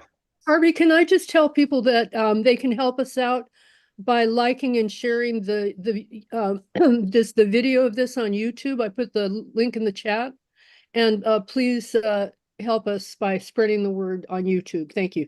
Please, and also I want to ask your indulgence. I did have to eat something, which is now all over my screen. But thank you for that. And if you need to eat, go ahead, but don't drive. So Tatanka, Tatanka, can I let Daniela and Lynn quickly go, and then that's all you. Sure. Okay, Daniela, and then Lynn Fireman. Lynn, I hope you use your radio show also to broadcast whatever we've said here. Go ahead, Daniela, very quickly, please, and then we can talk about Leonard Peltier. I'm a social justice activist for 50 years. I've written 20 books. I have an American Book Award on these subjects. Are you telling me it's useless to write and call Democrats and let them know we know things are fishy and send them the letter to Harris from the IT? No, absolutely not. That's not what I'm saying. Finish. And the link to Palace Research video, shouldn't we still keep trying to let them know? Because you said it's useless. The Democrats are never going to pay attention. And that was so discouraging. Please correct. It's not useless. But whether the Democrats pay attention or not is not useless either way. We're still talking about what we documented in 2000. We're still talking about what we documented in 2004 and in 2016. And it's all been useful. It did make the difference in 2020, and maybe it'll make the difference in 2028. So we need to proceed here, and we need to, this is catch 2024. We have to document what happened here, make the record, and act on it. But I would not be optimistic about the Democrats. They've gone to sleep every time. I know, but we've got to let them know we're aware, and especially for the midterms, we might have a chance there. So yes, we do. But at some point, as I say, we are going to have elections in this country that are reliable. Yes. And all Democrat. And Yes. weirdly enough, we've gotten better responses over the years from the Republicans, who don't seem to care that we're saying they stole the election. They just want to know what we know. The Democrats are completely disinterested, as best I can tell. So, we got to do what we got to do. Okay. Thank you, and thank you, Daniela. I put in the chat your bibliography. I'd love to see what you've written. And everybody, write me solartopia@gmail. We are going to start segueing into Substack and Blue Sky, which I call Blue Ski. And we do want to expand our reach. And Mila's right. Please contact us and help us out as we go forward. Now, another guy who's been helping us out is the erstwhile chair of the KPFK board, the most thankless job ever invented in the history of the human race, where we have people who seem bent on making sure we don't get anything done. But Tatanka has been a great chair and continues to do it. And he's also in touch with the indigenous community. We are desperate to get Leonard Peltier some kind of justice. Tatanka, can you tell us about that, please? Thank you, Harvey.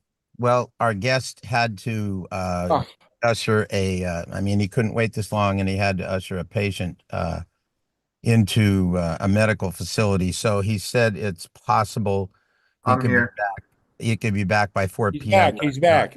I'm back. Adam, great. Oh, terrific. Terrific. Well, I want to introduce Barbara Wright raised hand. What is that? Yeah, Barbara Wright.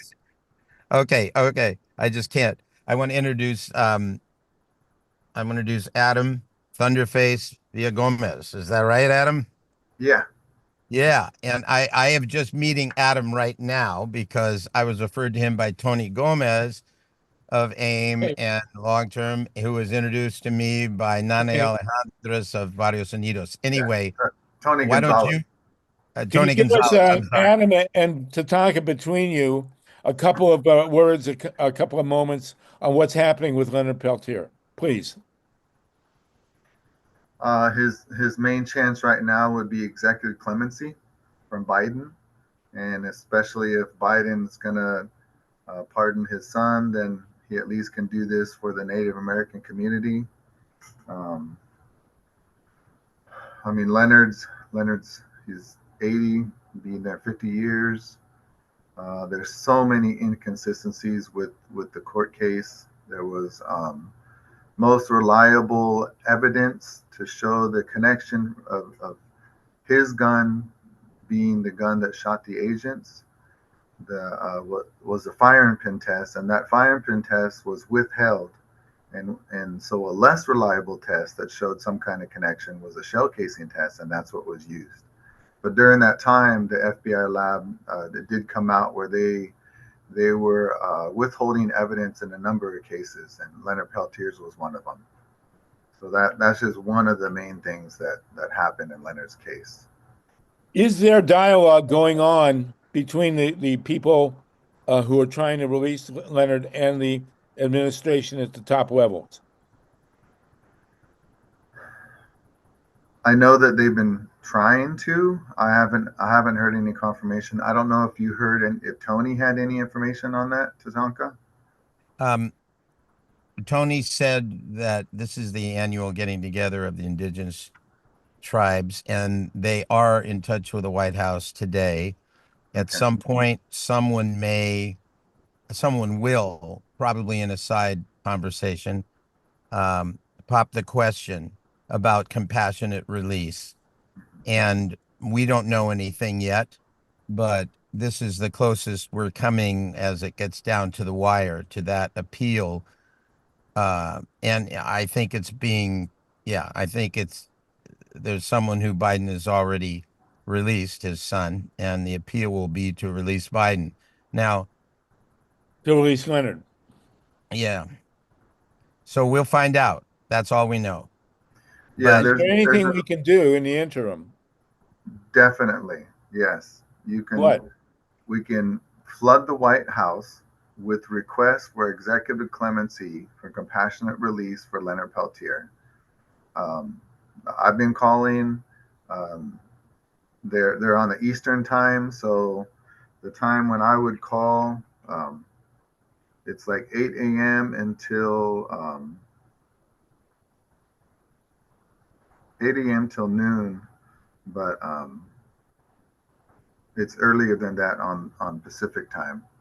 Okay. So, and they shut it off. And then one thing that they did ask when I called was that, did you write in? So I said I sent the email. They said that's okay. So writing a letter, sending email, and also calling.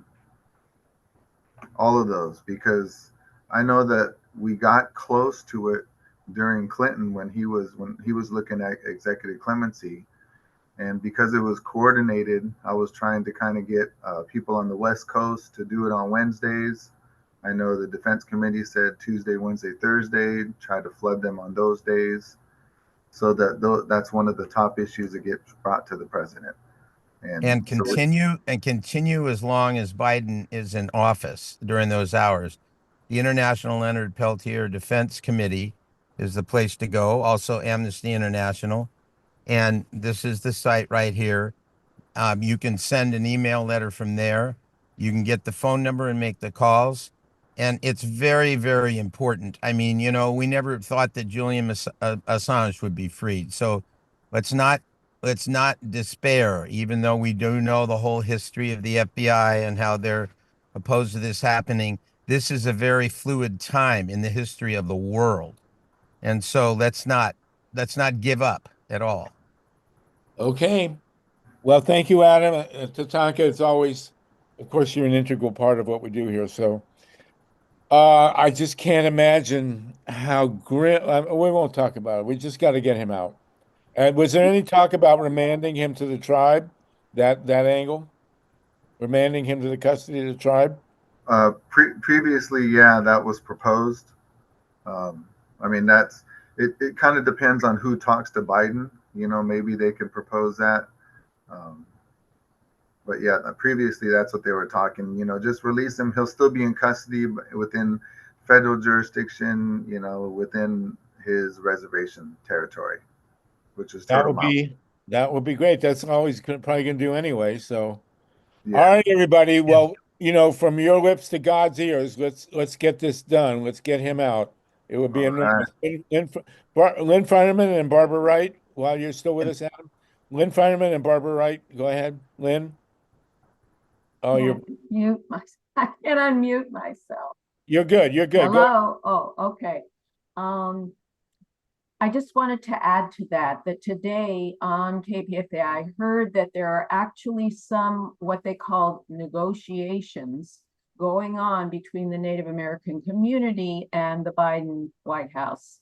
That's number one. Number two, Grigri flashed it on the screen for a little bit, but there is a Senator Schatz, I believe he's from Hawaii. Yeah, Hawaii. He's from Hawaii. Who is pushing hard on the Biden administration to free Leonard Peltier. So as they say, keep those cards and letters coming. Well, as mentioned, as Adam said, they don't need to free him. All they need to do is remand him to the custody of the tribe, which, would save the federal government money. They wouldn't have to feed him anymore, and the tribe will take care of him. That's all he's going to do anyway. So let's hope. I don't know if it helps or hurts that Biden freed his son, but here we go. The negotiations she's referring to is that the indigenous tribal leaders have a meeting this afternoon at the White House. That's what she's talking about. And even if we don't hear something right away, we need to keep up the pressure because, as I say, this is in the entire world on all levels. We are in such a fluid situation. And it's critically clear to everyone on this call that the future of us here on Turtle Island starts with justice, land back, treaty rights of the indigenous people, and goes from there back through our whole history, slavery, etc. We can't move forward without this being primary. And an action like this that could free Leonard would be amazing.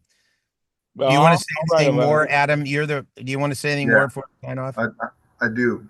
All the American Indian movement ever really tried to do is to get United States to abide by their own laws.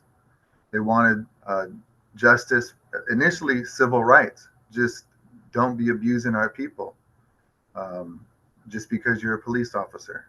Moved on to land rights, moved on to treaty rights. The treaties in the Constitution are supreme law of the land. And the natives, when we made those agreements for our tribes, they were on a pipe, a sacred pipe. We abide by those because there's consequences if you break those agreements. And the United States made those treaties with us, but yet they broke so many of them. And that's all we ever wanted was for them to abide by their own laws. So the continued imprisonment of Leonard Peltier is just a continued symbol of oppression and injustice that the United States government has done to the Native nations. So it would be a really good thing if they would free him, if he wasn't in there anymore, because it's going to be something even more powerful if he dies as that symbol. Horrible. It'd be horrible. And Harvey, again, it's a lower bar. Freeing him is a big deal, but it's meaningless because he's just going to go with his tribe anyway. If we can just ask them to remand him to the custody of the tribe, it's a lower bar. Maybe that'll be easier. And do remember, moving forward, that it has always been the intention of the forces that are in the White House now that the action be taken to restore all civil rights to Native people while stripping away all autonomous rights, while taking the land. So it's in Project 2025 to develop federal lands, and they never did answer what do they mean. But Kristi Noem, who will be in a new position, it will have, you know, some influence on that. And so that is at risk. Give Native people all the civil rights the same as every American's, and take away all their land for development of whatever, you know, all And the. Barbara, if you'll hold, thank you, Tatanka. Absolutely. And Dave Saltman, who's a longtime journalist, actually did a story on a situation where the American government, the federal government, did remand a convicted criminal to Canada. He was a Canadian. Dave, do you want to tell us about that? Adam, you should listen. I wanted to make the point that this is not just theoretical. There is actual precedent in the U.S. legal system for doing this. The guy is named Bruce Curtis. I interviewed him in prison. I made a film about him. He was thrown away for 20 years. It was a similar case. It was a murder case. There was squishy evidence. The gun that was presented as evidence went off in the courtroom. It did, and the defense had anyway. The details of the case are not urgent, but it's not all that dissimilar. Okay, and the guy was a foreigner. He was 18 years old. He did, I forgot now how many years. He did a bunch of years in Rahway State Prison. That's where I interviewed him. Anyway, as soon as we put this thing on TV, they said, you know what? We don't want this guy's more trouble than he's worth. And they sent him to Canada, and he went back to Canada. He was from Nova Scotia, and he was by the way, he was a huge hero in Canada. There were massive demonstrations in his behalf and so on. So there is, whatever the lawyers are doing, they should become, if they're not already aware of this case, they should become aware, because it's a real precedent for a pretty similar situation. Who was the president at the time? Let me think for a minute. Was it Reagan? No, it was after that. Clinton. Just a minute. Let me think where this was. Well, anyway, the point, Adam and Tatanka, is there is legal precedent for remanding even a murder convict to their native country. This guy was Canadian. Early 90s. I forgot exactly what year. Probably it was Clinton or Bush 1. But what was the guy's name, David? Bruce Curtis. Bruce Curtis. And what was the film? Do you have the film? Can you send the link to the film? I have it somewhere don't ask. It's more. I do have it, but like I say, you can look on the internet. You don't see my film there because I did it for television, but I did it. All right. Was at ABC then. All right, that's the guy's name, Bruce Curtis, a Canadian convicted of murder, remanded to Canada. That's right. So there is precedent there. All right, thank you for that, David. Thank you as always. We're going to get to the Middle East in a few minutes. As we know, Syria just was whatever. What happened to Syria, we need an explanation. But Barbara Wright, you've had your hand forever. Let me unmute you. Easier said than done. Yes, go ahead, Barbara, please. Well, I formed Social Justice Advocates in April of 2023 because I'm working on getting a young man out of Corcoran Penal Institution in California for a murder that he didn't commit. And as I've gone through the process of reading trial transcripts and doing all the research that I've done, one thing keeps cropping up in the ashes and flares up and says, nah, we're here, don't forget us. And that's the money trail.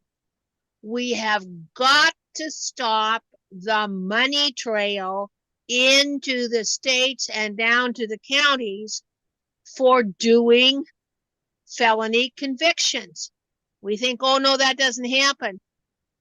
I got tipped off to it by Charles Keith, whose brother was mentioned when President Clinton signed his omnibus crime bill in 1996. And Charles says they're siphoning money out of that crime bill and paying counties for felony convictions. They did it in my brother's case. And so we've got to go further than what we've done, and we've got to not take no for an answer. When California Innocent Justice Project has 200 case backlog, and they're full now and taking on new cases, there's a problem. Yes, actually, I saw an article today. There was a talk about getting Biden to pardon all the people on death row, on federal death row, or at least to commute their sentences so that Trump doesn't do what he did last time and come in and immediately put to death 13 people who were on federal death row, at least 12 of whom were innocent. PDA's got Danzella's letter. Right. There's one gone out from Death Penalty Action Group, and 5 other death penalty groups around the United States. Social justice advocates will be sending one this week to the White House. Right, and we have to make it clear that keeping not pardoning Leonard Peltier in this case, or whatever, or remanding him or getting him out of the federal prison is a death sentence. He will not live very long, unfortunately, if he is not remanded to the tribe. I mean, that's very clear. This is a death penalty case. 50 years ago, maybe not, but it certainly is right now. I think that should be made clear to everybody, Adam and Tatanka. Okay, thank you, Barbara. Thank you for that very Barbara, much. could you please drop the links to your organization and the letters into the chat so people can come in behind you? And we'd also like to invite you to come back and discuss the nuances of this case. But for now, we really need to focus like a laser beam on getting Leonard out, saving his life. And I think maybe what we should do is talk about how if we don't do it with Biden, Trump could swoop in and get credit for doing it himself. So, well, I would love that. That would be one. That would that's what I was thinking. If not Biden, then Trump may do it too. That's right. So we need to light up. Fight the FBI.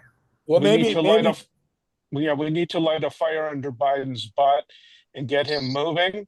And I know that might take a bonfire to get that going. But Trump is going to have a pardon palooza, pardoning all the January 6th convicts. So when he's got his pardon pen out there, and any port in a storm, if we need Trump to save Leonard's life, then so be it. But Biden needs to get moving and do what he needs to do.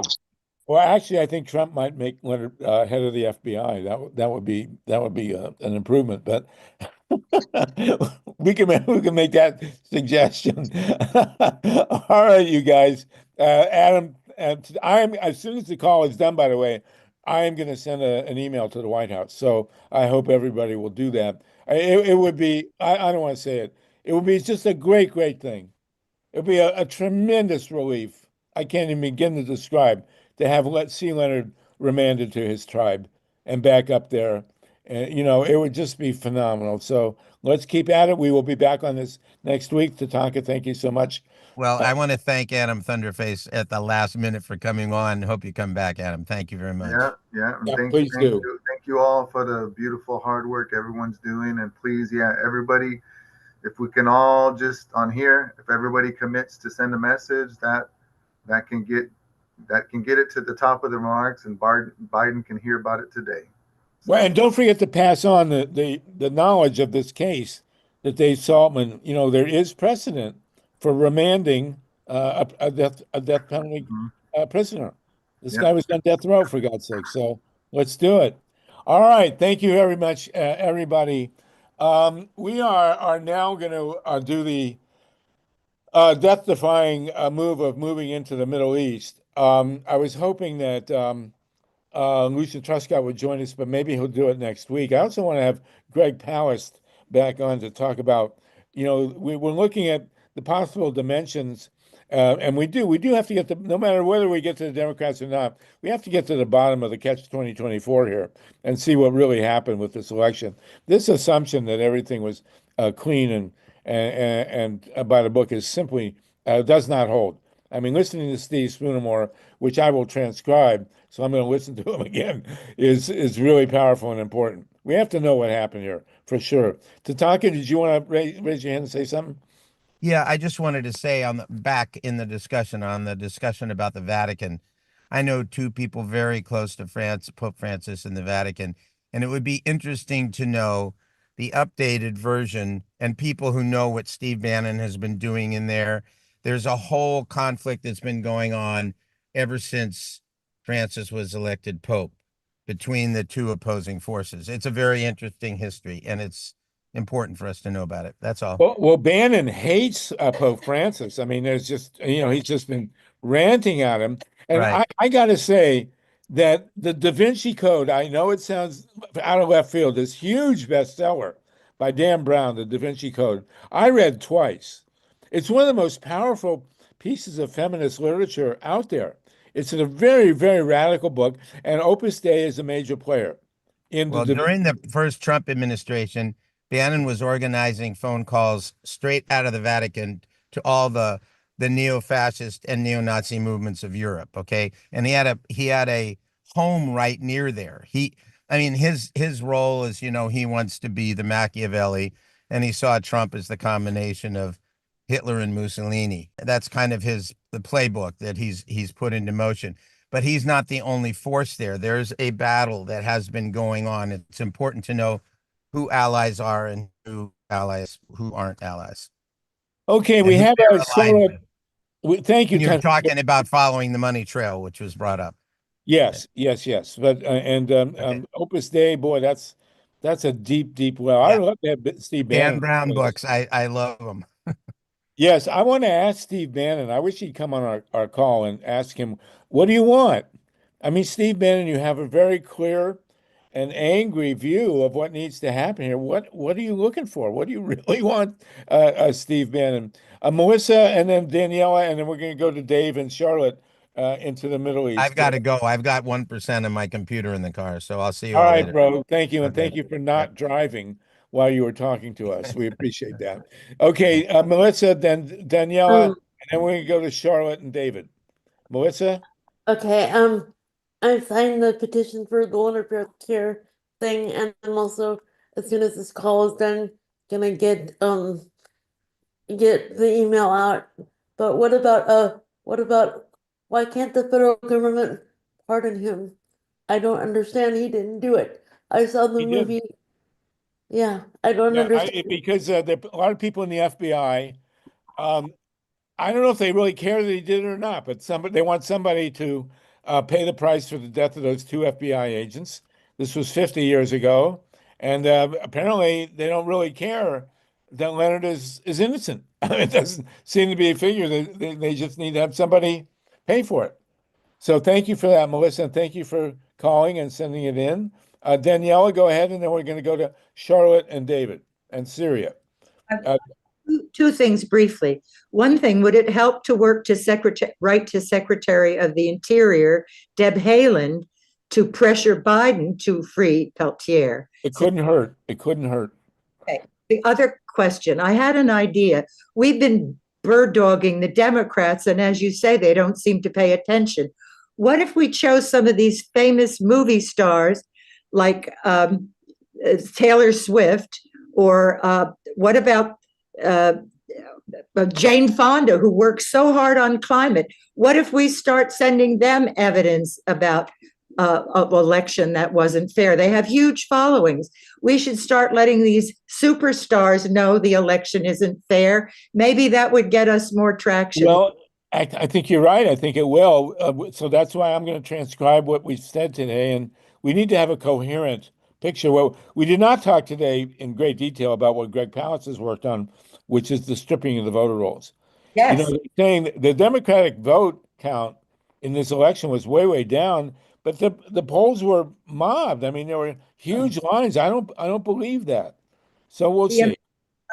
Endorsement she had from Nobel laureate scientists, famous movie stars, famous. It's unbelievable that she lost. Unbelievable. I don't believe it myself, but she don't get me going. We've been doing this for 25 years. Okay, so we did have a right-wing leader flee from a country, Syria. But you know, the outcome after Gaddafi left Libya was not all that great. What is going to happen now in Syria? Let's start with you, Charlotte, and then David Saltman, our two great Middle East experts. Charlotte, Dennett, what just happened in Syria, for God's sakes? Oh God. Listen, it was coordinated. That's what my research is picking up.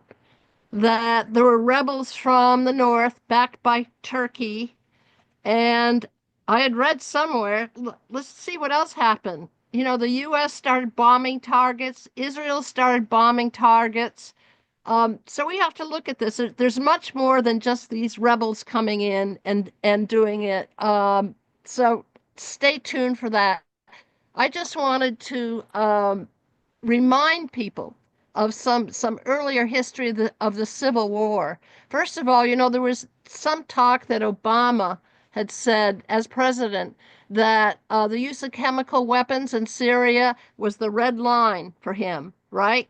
And yet, when it came to the chemical weapons bombings, and then it caused a flurry of speculation about who was really responsible for that. The NATO countries were urging him to go in, and he didn't do it. And the question is why?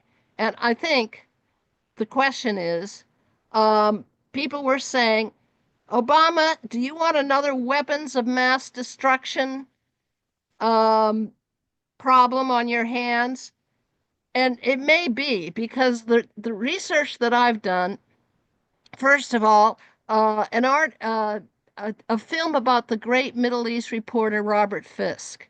It was all about his life. He has since died tragically, but Fisk went to some of these areas that were bombed, and I describe it in my sort of obituary of Fisk, which I'll put in the chat if I have time. But he found a document in the rubble of Duma, near Aleppo, and it pointed to a supplier in Yugoslavia of the weapons. He goes to Yugoslavia, or weapons used in the area. I'm not saying chemical necessarily. He goes to Yugoslavia and he finds out that they came from Saudi Arabia. Okay, one of the things that happened when this revolution that started in 2011, its origins were real because Assad is a dictator. He used CIA sites for the CIA. They won't admit it now, to torture people. But later on, you know, he became more and more supported by Russia, which has a major port on the coast of Syria. And so, anyway, I suddenly lost my train of thought. Okay. Ask me a question.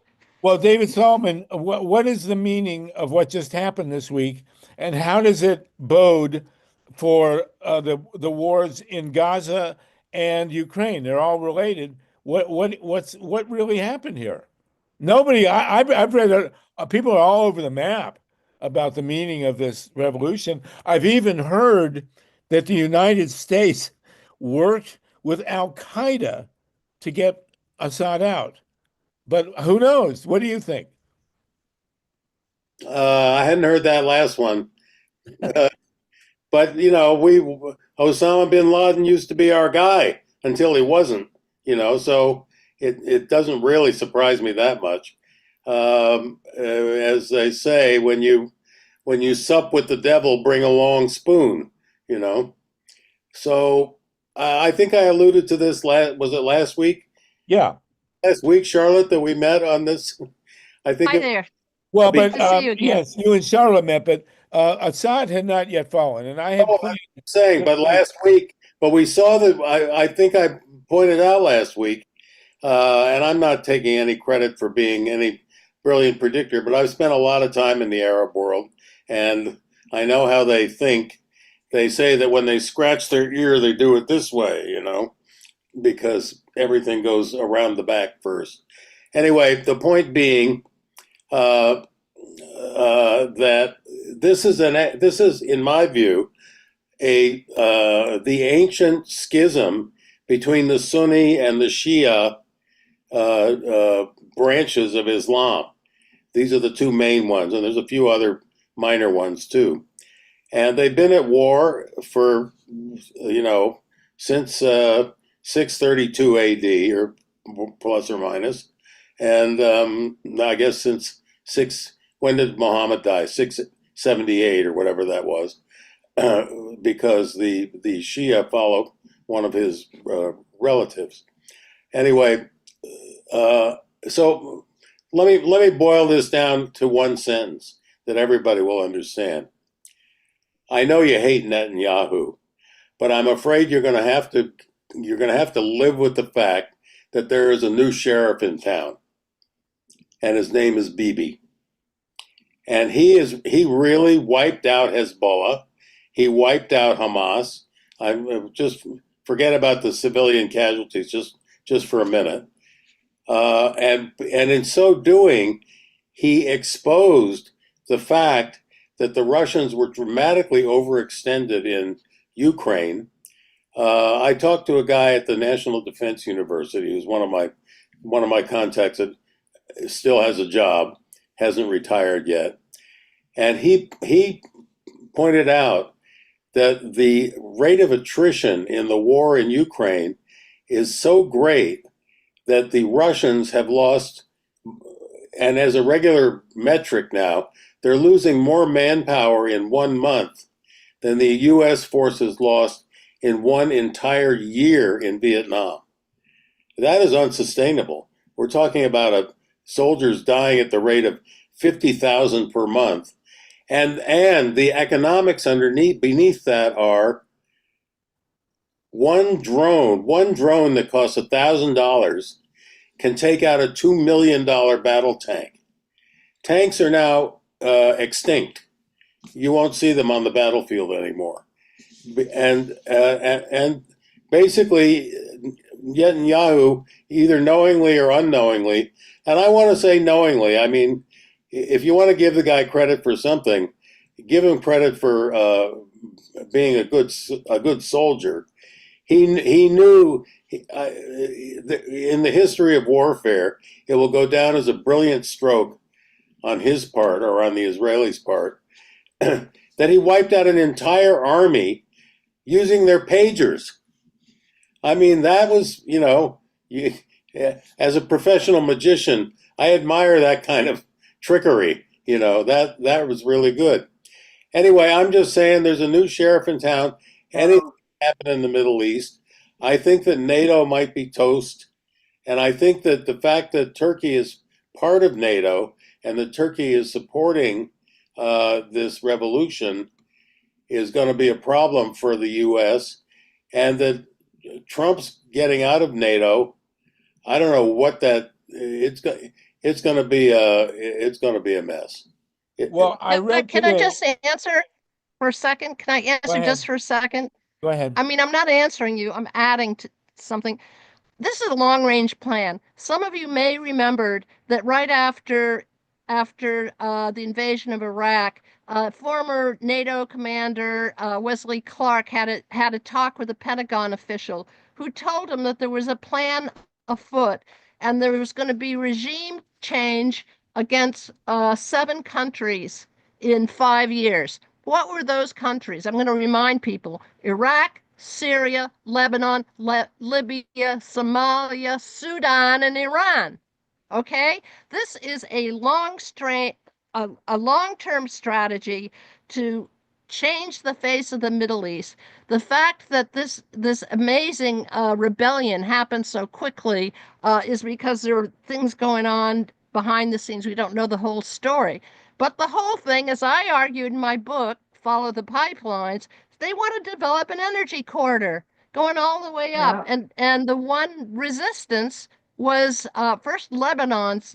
It's a failed state. Now Syria, that was a long-range ambition. And I'll tell you, that's what it is. I've got a lot of evidence in my book that it's all about oil. Well, So so please that's the spread the word about question. my book because it's constantly censored. The oil Okay, let me connection tell you is one thing. constantly censored. Okay, and I know what really prompted. Originally, I wanted to have you two give a coherent, transcribable description of the incredible big picture you gave of the role of gas, especially in the Gaza situation. And in the middle, before that, two things happened. First of all, this thing incomprehensible. All these decades of talking about this butcher Assad, who is obviously one of the horrible bad monsters in all of the human history. This guy is just a killer, mass killer. All of a sudden he's gone. In the middle of all this stuff, in the middle of the Gaza slaughter and everything else that's going on, and Ukraine. And then the second thing that happened, and this everybody needs to participate. There's an incredible piece of genius writing by Lucian Truscott on Substack. Now, we've had Lucian on. I invited him to come today. I didn't hear back from him. I really want him on. He has one paragraph in this article that he's put out in Substack that completely basically says that whatever we have thought about how warfare is conducted between nations and tribes and whoever is over now because of what David mentioned here in Ukraine, which is the use of drones. Drones have, as did the aircraft carrier in World War II. You know, the Battle of Midway in 1941, too, changed everything in terms of warfare. Battleships were suddenly obsolete. It all turned, the entire World War II in the Pacific turned on the fact that the Japanese missed our aircraft carriers in Pearl Harbor and then lost 4 of them at Midway within about 10 minutes, by the way. You know, the four Japanese aircraft carriers went down, one of them almost by mistake. It was just a single bomb, and that changed all of warfare to come. What Lucian Truscott, who would really know, he's a friend of David's and has a tremendous personal and professional military history, is saying in this article on Substack is that drones have rendered tanks completely obsolete, have actually made the Russian Navy toast. They can't, they took Crimea, it no longer matters. And, this death toll in Ukraine, which we were told, by the way, about a year ago, I had Ray McGovern on, who's a former CIA guy. And he basically assured us all that the Russians had won in Ukraine. And now Lucian Truscott is saying that's the article. This article is astonishing, and I urge everybody to read it.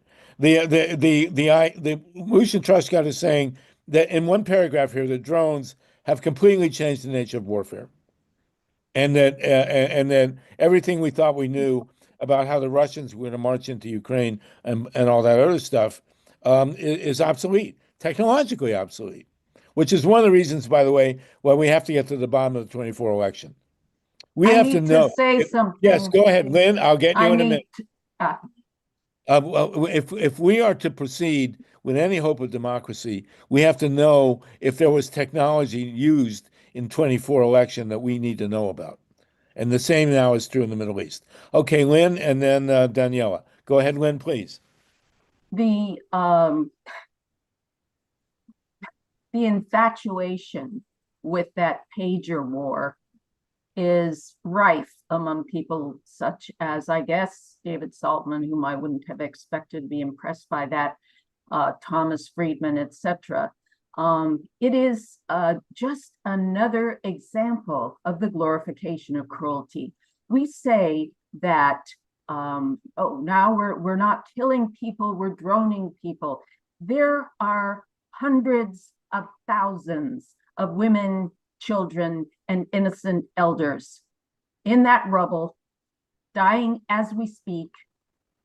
The children in the Middle East comprise, and in Gaza in particular, comprise the highest number of amputees, of child amputees in the entire world.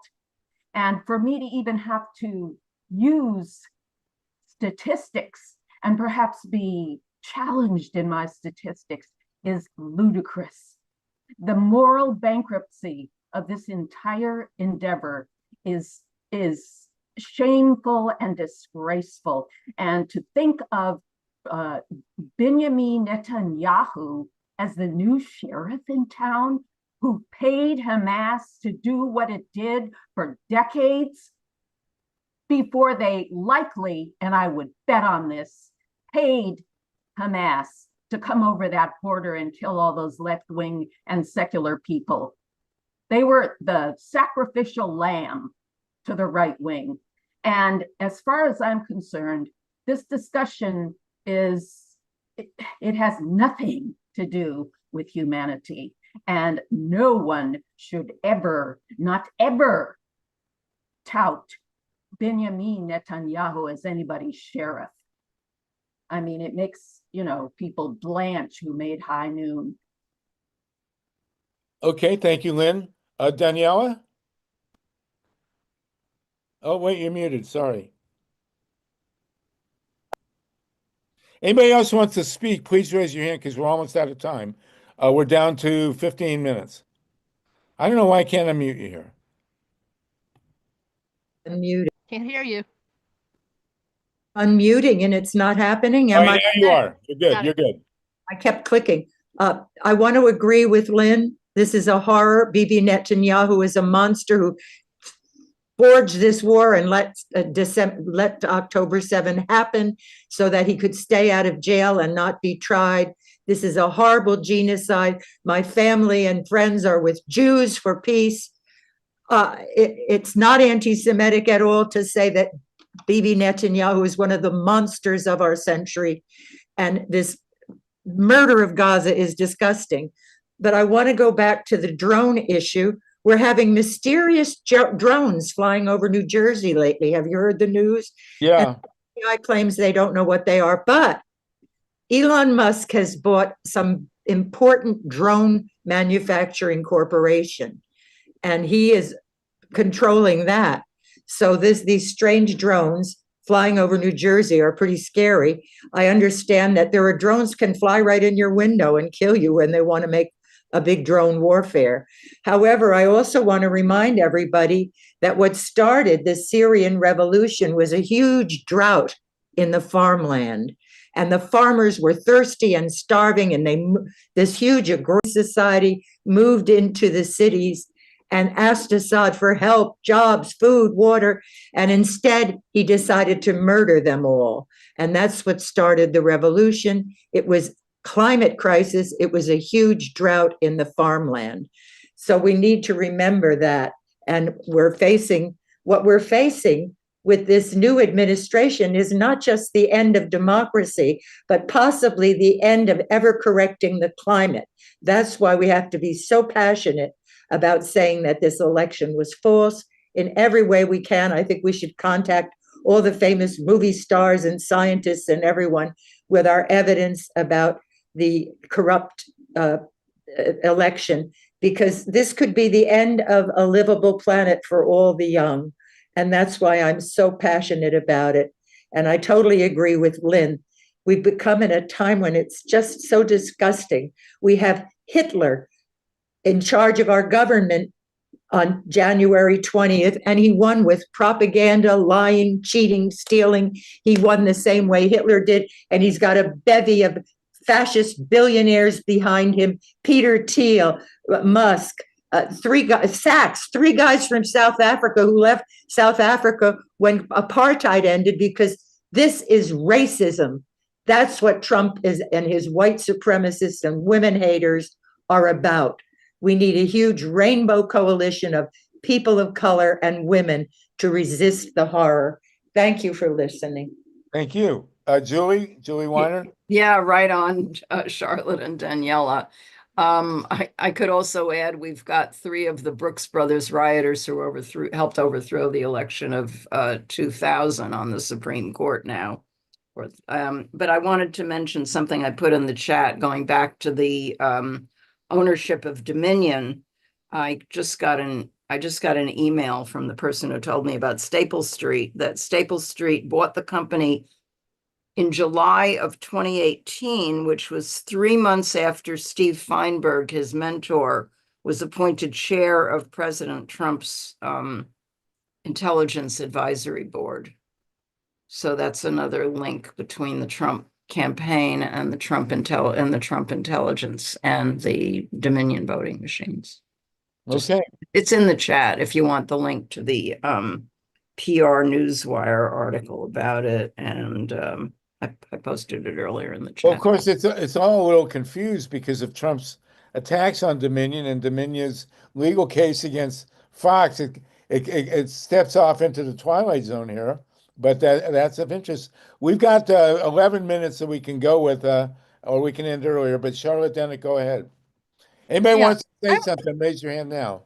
I want to come back to the chemical weapons things because they're using it all the time. They're reminding people that Assad killed his own people.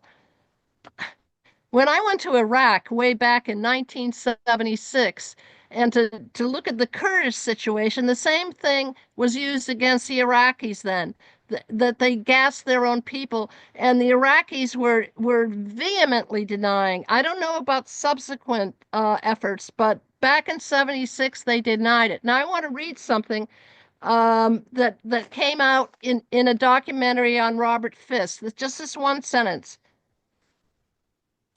By the end of the film, we learn that members of the Organization of the Prevention of Chemical Weapons had been pressured to suppress a dissenting 15-page report that found no evidence of the chemical attacks being dropped from the air by Syrian helicopters, as the official report alleged to the contrary. And there's an MIT professor, I don't have his name, he studied the same thing, and he said that the chemical weapons could not be traced to the Syrians. Now, mind you, I know that Assad became a horrific dictator. And, you know, one has to ask why. You know, why are all these awful dictators around? I feel so much for the people of Syria. They so want democracy. I'm very skeptical. Look at what happened in the Arab Spring. We were so full of hope that it would bring a time of great democracy, and it didn't happen. And ultimately, the people that are going to call the shots are the oil companies, big oil, big military contractors, big banks. The last thing they want is a secular nationalist regime in Syria. They don't want that. They never have. They get rid of those people, and then the people turn to Islamists. So I'm saying that I'm skeptical that it's going to be a wonderful new phase. It's going to be the new Middle East according to these big guys that want it on their terms. But how much it's going to be democratic, I question it. We'll see. Even some mainstream people are very cautious about what this getting rid of Assad really means. Well, directly for us, the curious question also is what does it say about Ukraine, and what is Trump going to do with Ukraine, and where does that all fit in? No one doubts that there's a heavy petro fuel dimension to the Ukrainian war, and I have to mention also, and this has not been mentioned. It wasn't mentioned by Lucian Truscott in his article either, which is we have to remember there are 8 atomic reactors operating between Ukraine and Russia in the war zone. This has not happened before. There are 6 reactors at Zaporizhia. There are 2 at Kursk in Russia. All it would take in any case is a single mortar shell to create another Chernobyl and carpet Europe or Asia or even Africa with atomic radiation. And, the damage done by Chernobyl is incomprehensible. We have people running around saying, oh, only 30 people died. The only credible study of the human fallout from Chernobyl put the death toll at over 1 million. And, we are still, and what we don't know with Trump, and I'll raise the issue now and I'll raise it again, is that Joe Biden, for all his la whatever, was a huge supporter of atomic power. with enormous, multiple billions of dollars being in the Inflammation Reduction Act for future atomic reactors. Completely insane. And Bobby Kennedy did write the introduction to my book Solartopia, which called for a 100% green powered future. So I will have to say that horrified as we all are with what happened in 24 in this election, that it would be hard for Donald Trump to be worse on atomic power than Joe Biden was. And we'll see what happens. David Saltman, if you want to, sorry, go ahead. But I am was just gonna, there are just two quick, things. I'll do a real quickie. I jumped in anyway. Yeah, and also let's not forget that Burisma, which his son sat on the board of, right? There are big plans which Biden supported for Burisma to develop the huge oil and natural gas reserves in eastern Ukraine. That's why all the fighting is over eastern Ukraine. And so they're both got lots of baggage in this Right. story that's never been fully and yeah, the nuclear threat, absolutely. The two things that It's still petrify there. me most in the world right now are the 8 reactors in the war zone and the continued operation of Diablo Canyon in California. We just had a 7.0 earthquake, an actual earthquake within 200 miles of Diablo Canyon. Just had it. God help us all if that hits Diablo. David, did you want to jump in here with a last word? Yeah, I just wanted to respond to Lynn's comment, which I got to say, my mother was a pacifist, and I greatly respect that point of view. And I didn't mean to glorify Netanyahu as Gary Cooper, because he's not. But I'm just saying that's how it's going to be regarded. What's the word? Geopolitically. It's in writings. So anyway, but I have to say, are you hearing me? Yeah. I do. I deeply respect that point of view, and if I hadn't had a mini career as a professional Nazi hunter myself, I probably would be a pacifist too. Well, listen, we after 2.5 hours, we still have 49 people with us. Once again, the world record in American whatever for attention spans. Thank you, everybody. Thank you, Steve. Sluggo, real quick. We have Nicole had her hand up, and Nicole, if you can make it okay, just like a minute or two. It's Yeah, all right. we gotta go. So go ahead, Nicole. Yes. I would like to point out that we should use, in the past, we used the word peace dividend. Now we should use the word Ukraine dividend for all the good consequences of Ukraine, beating the pants off of Russia. And so now all the money that we don't have to spend, fighting the proxies of Russia all around the world for the last 70 years. So it's very important that we keep supporting the Ukrainian, because they hit, the big brain behind all the proxy war that have been lit, all around the world. And the other thing, we need to Elon-proof and Russia-proof our next elections by sanctioning the two oligarchs that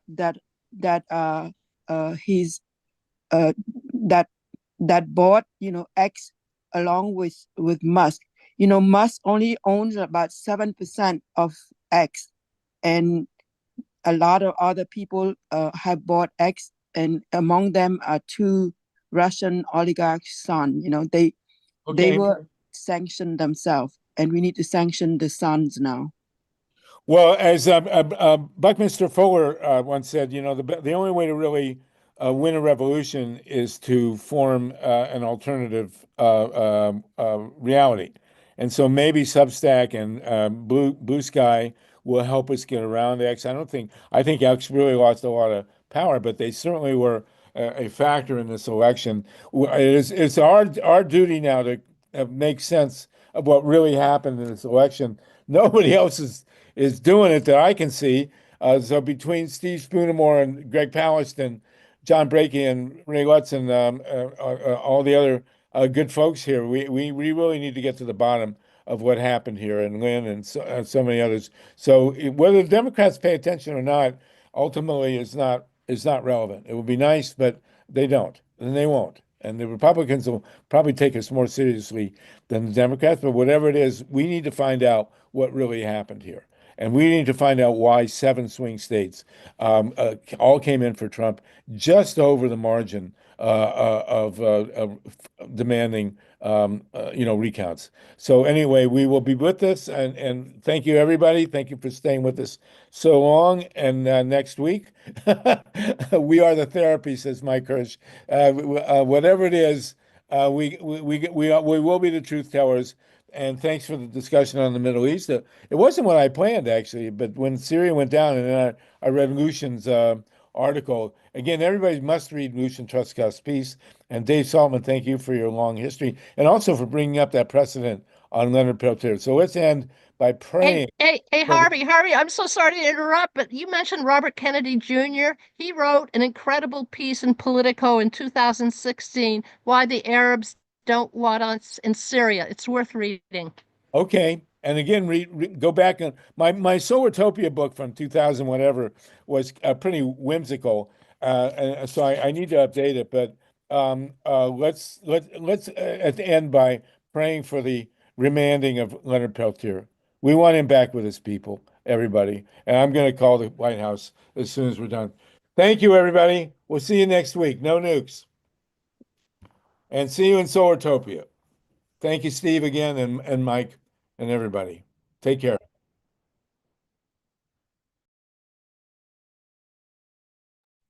Melissa, did you have something you wanted to say on the way out? Yeah.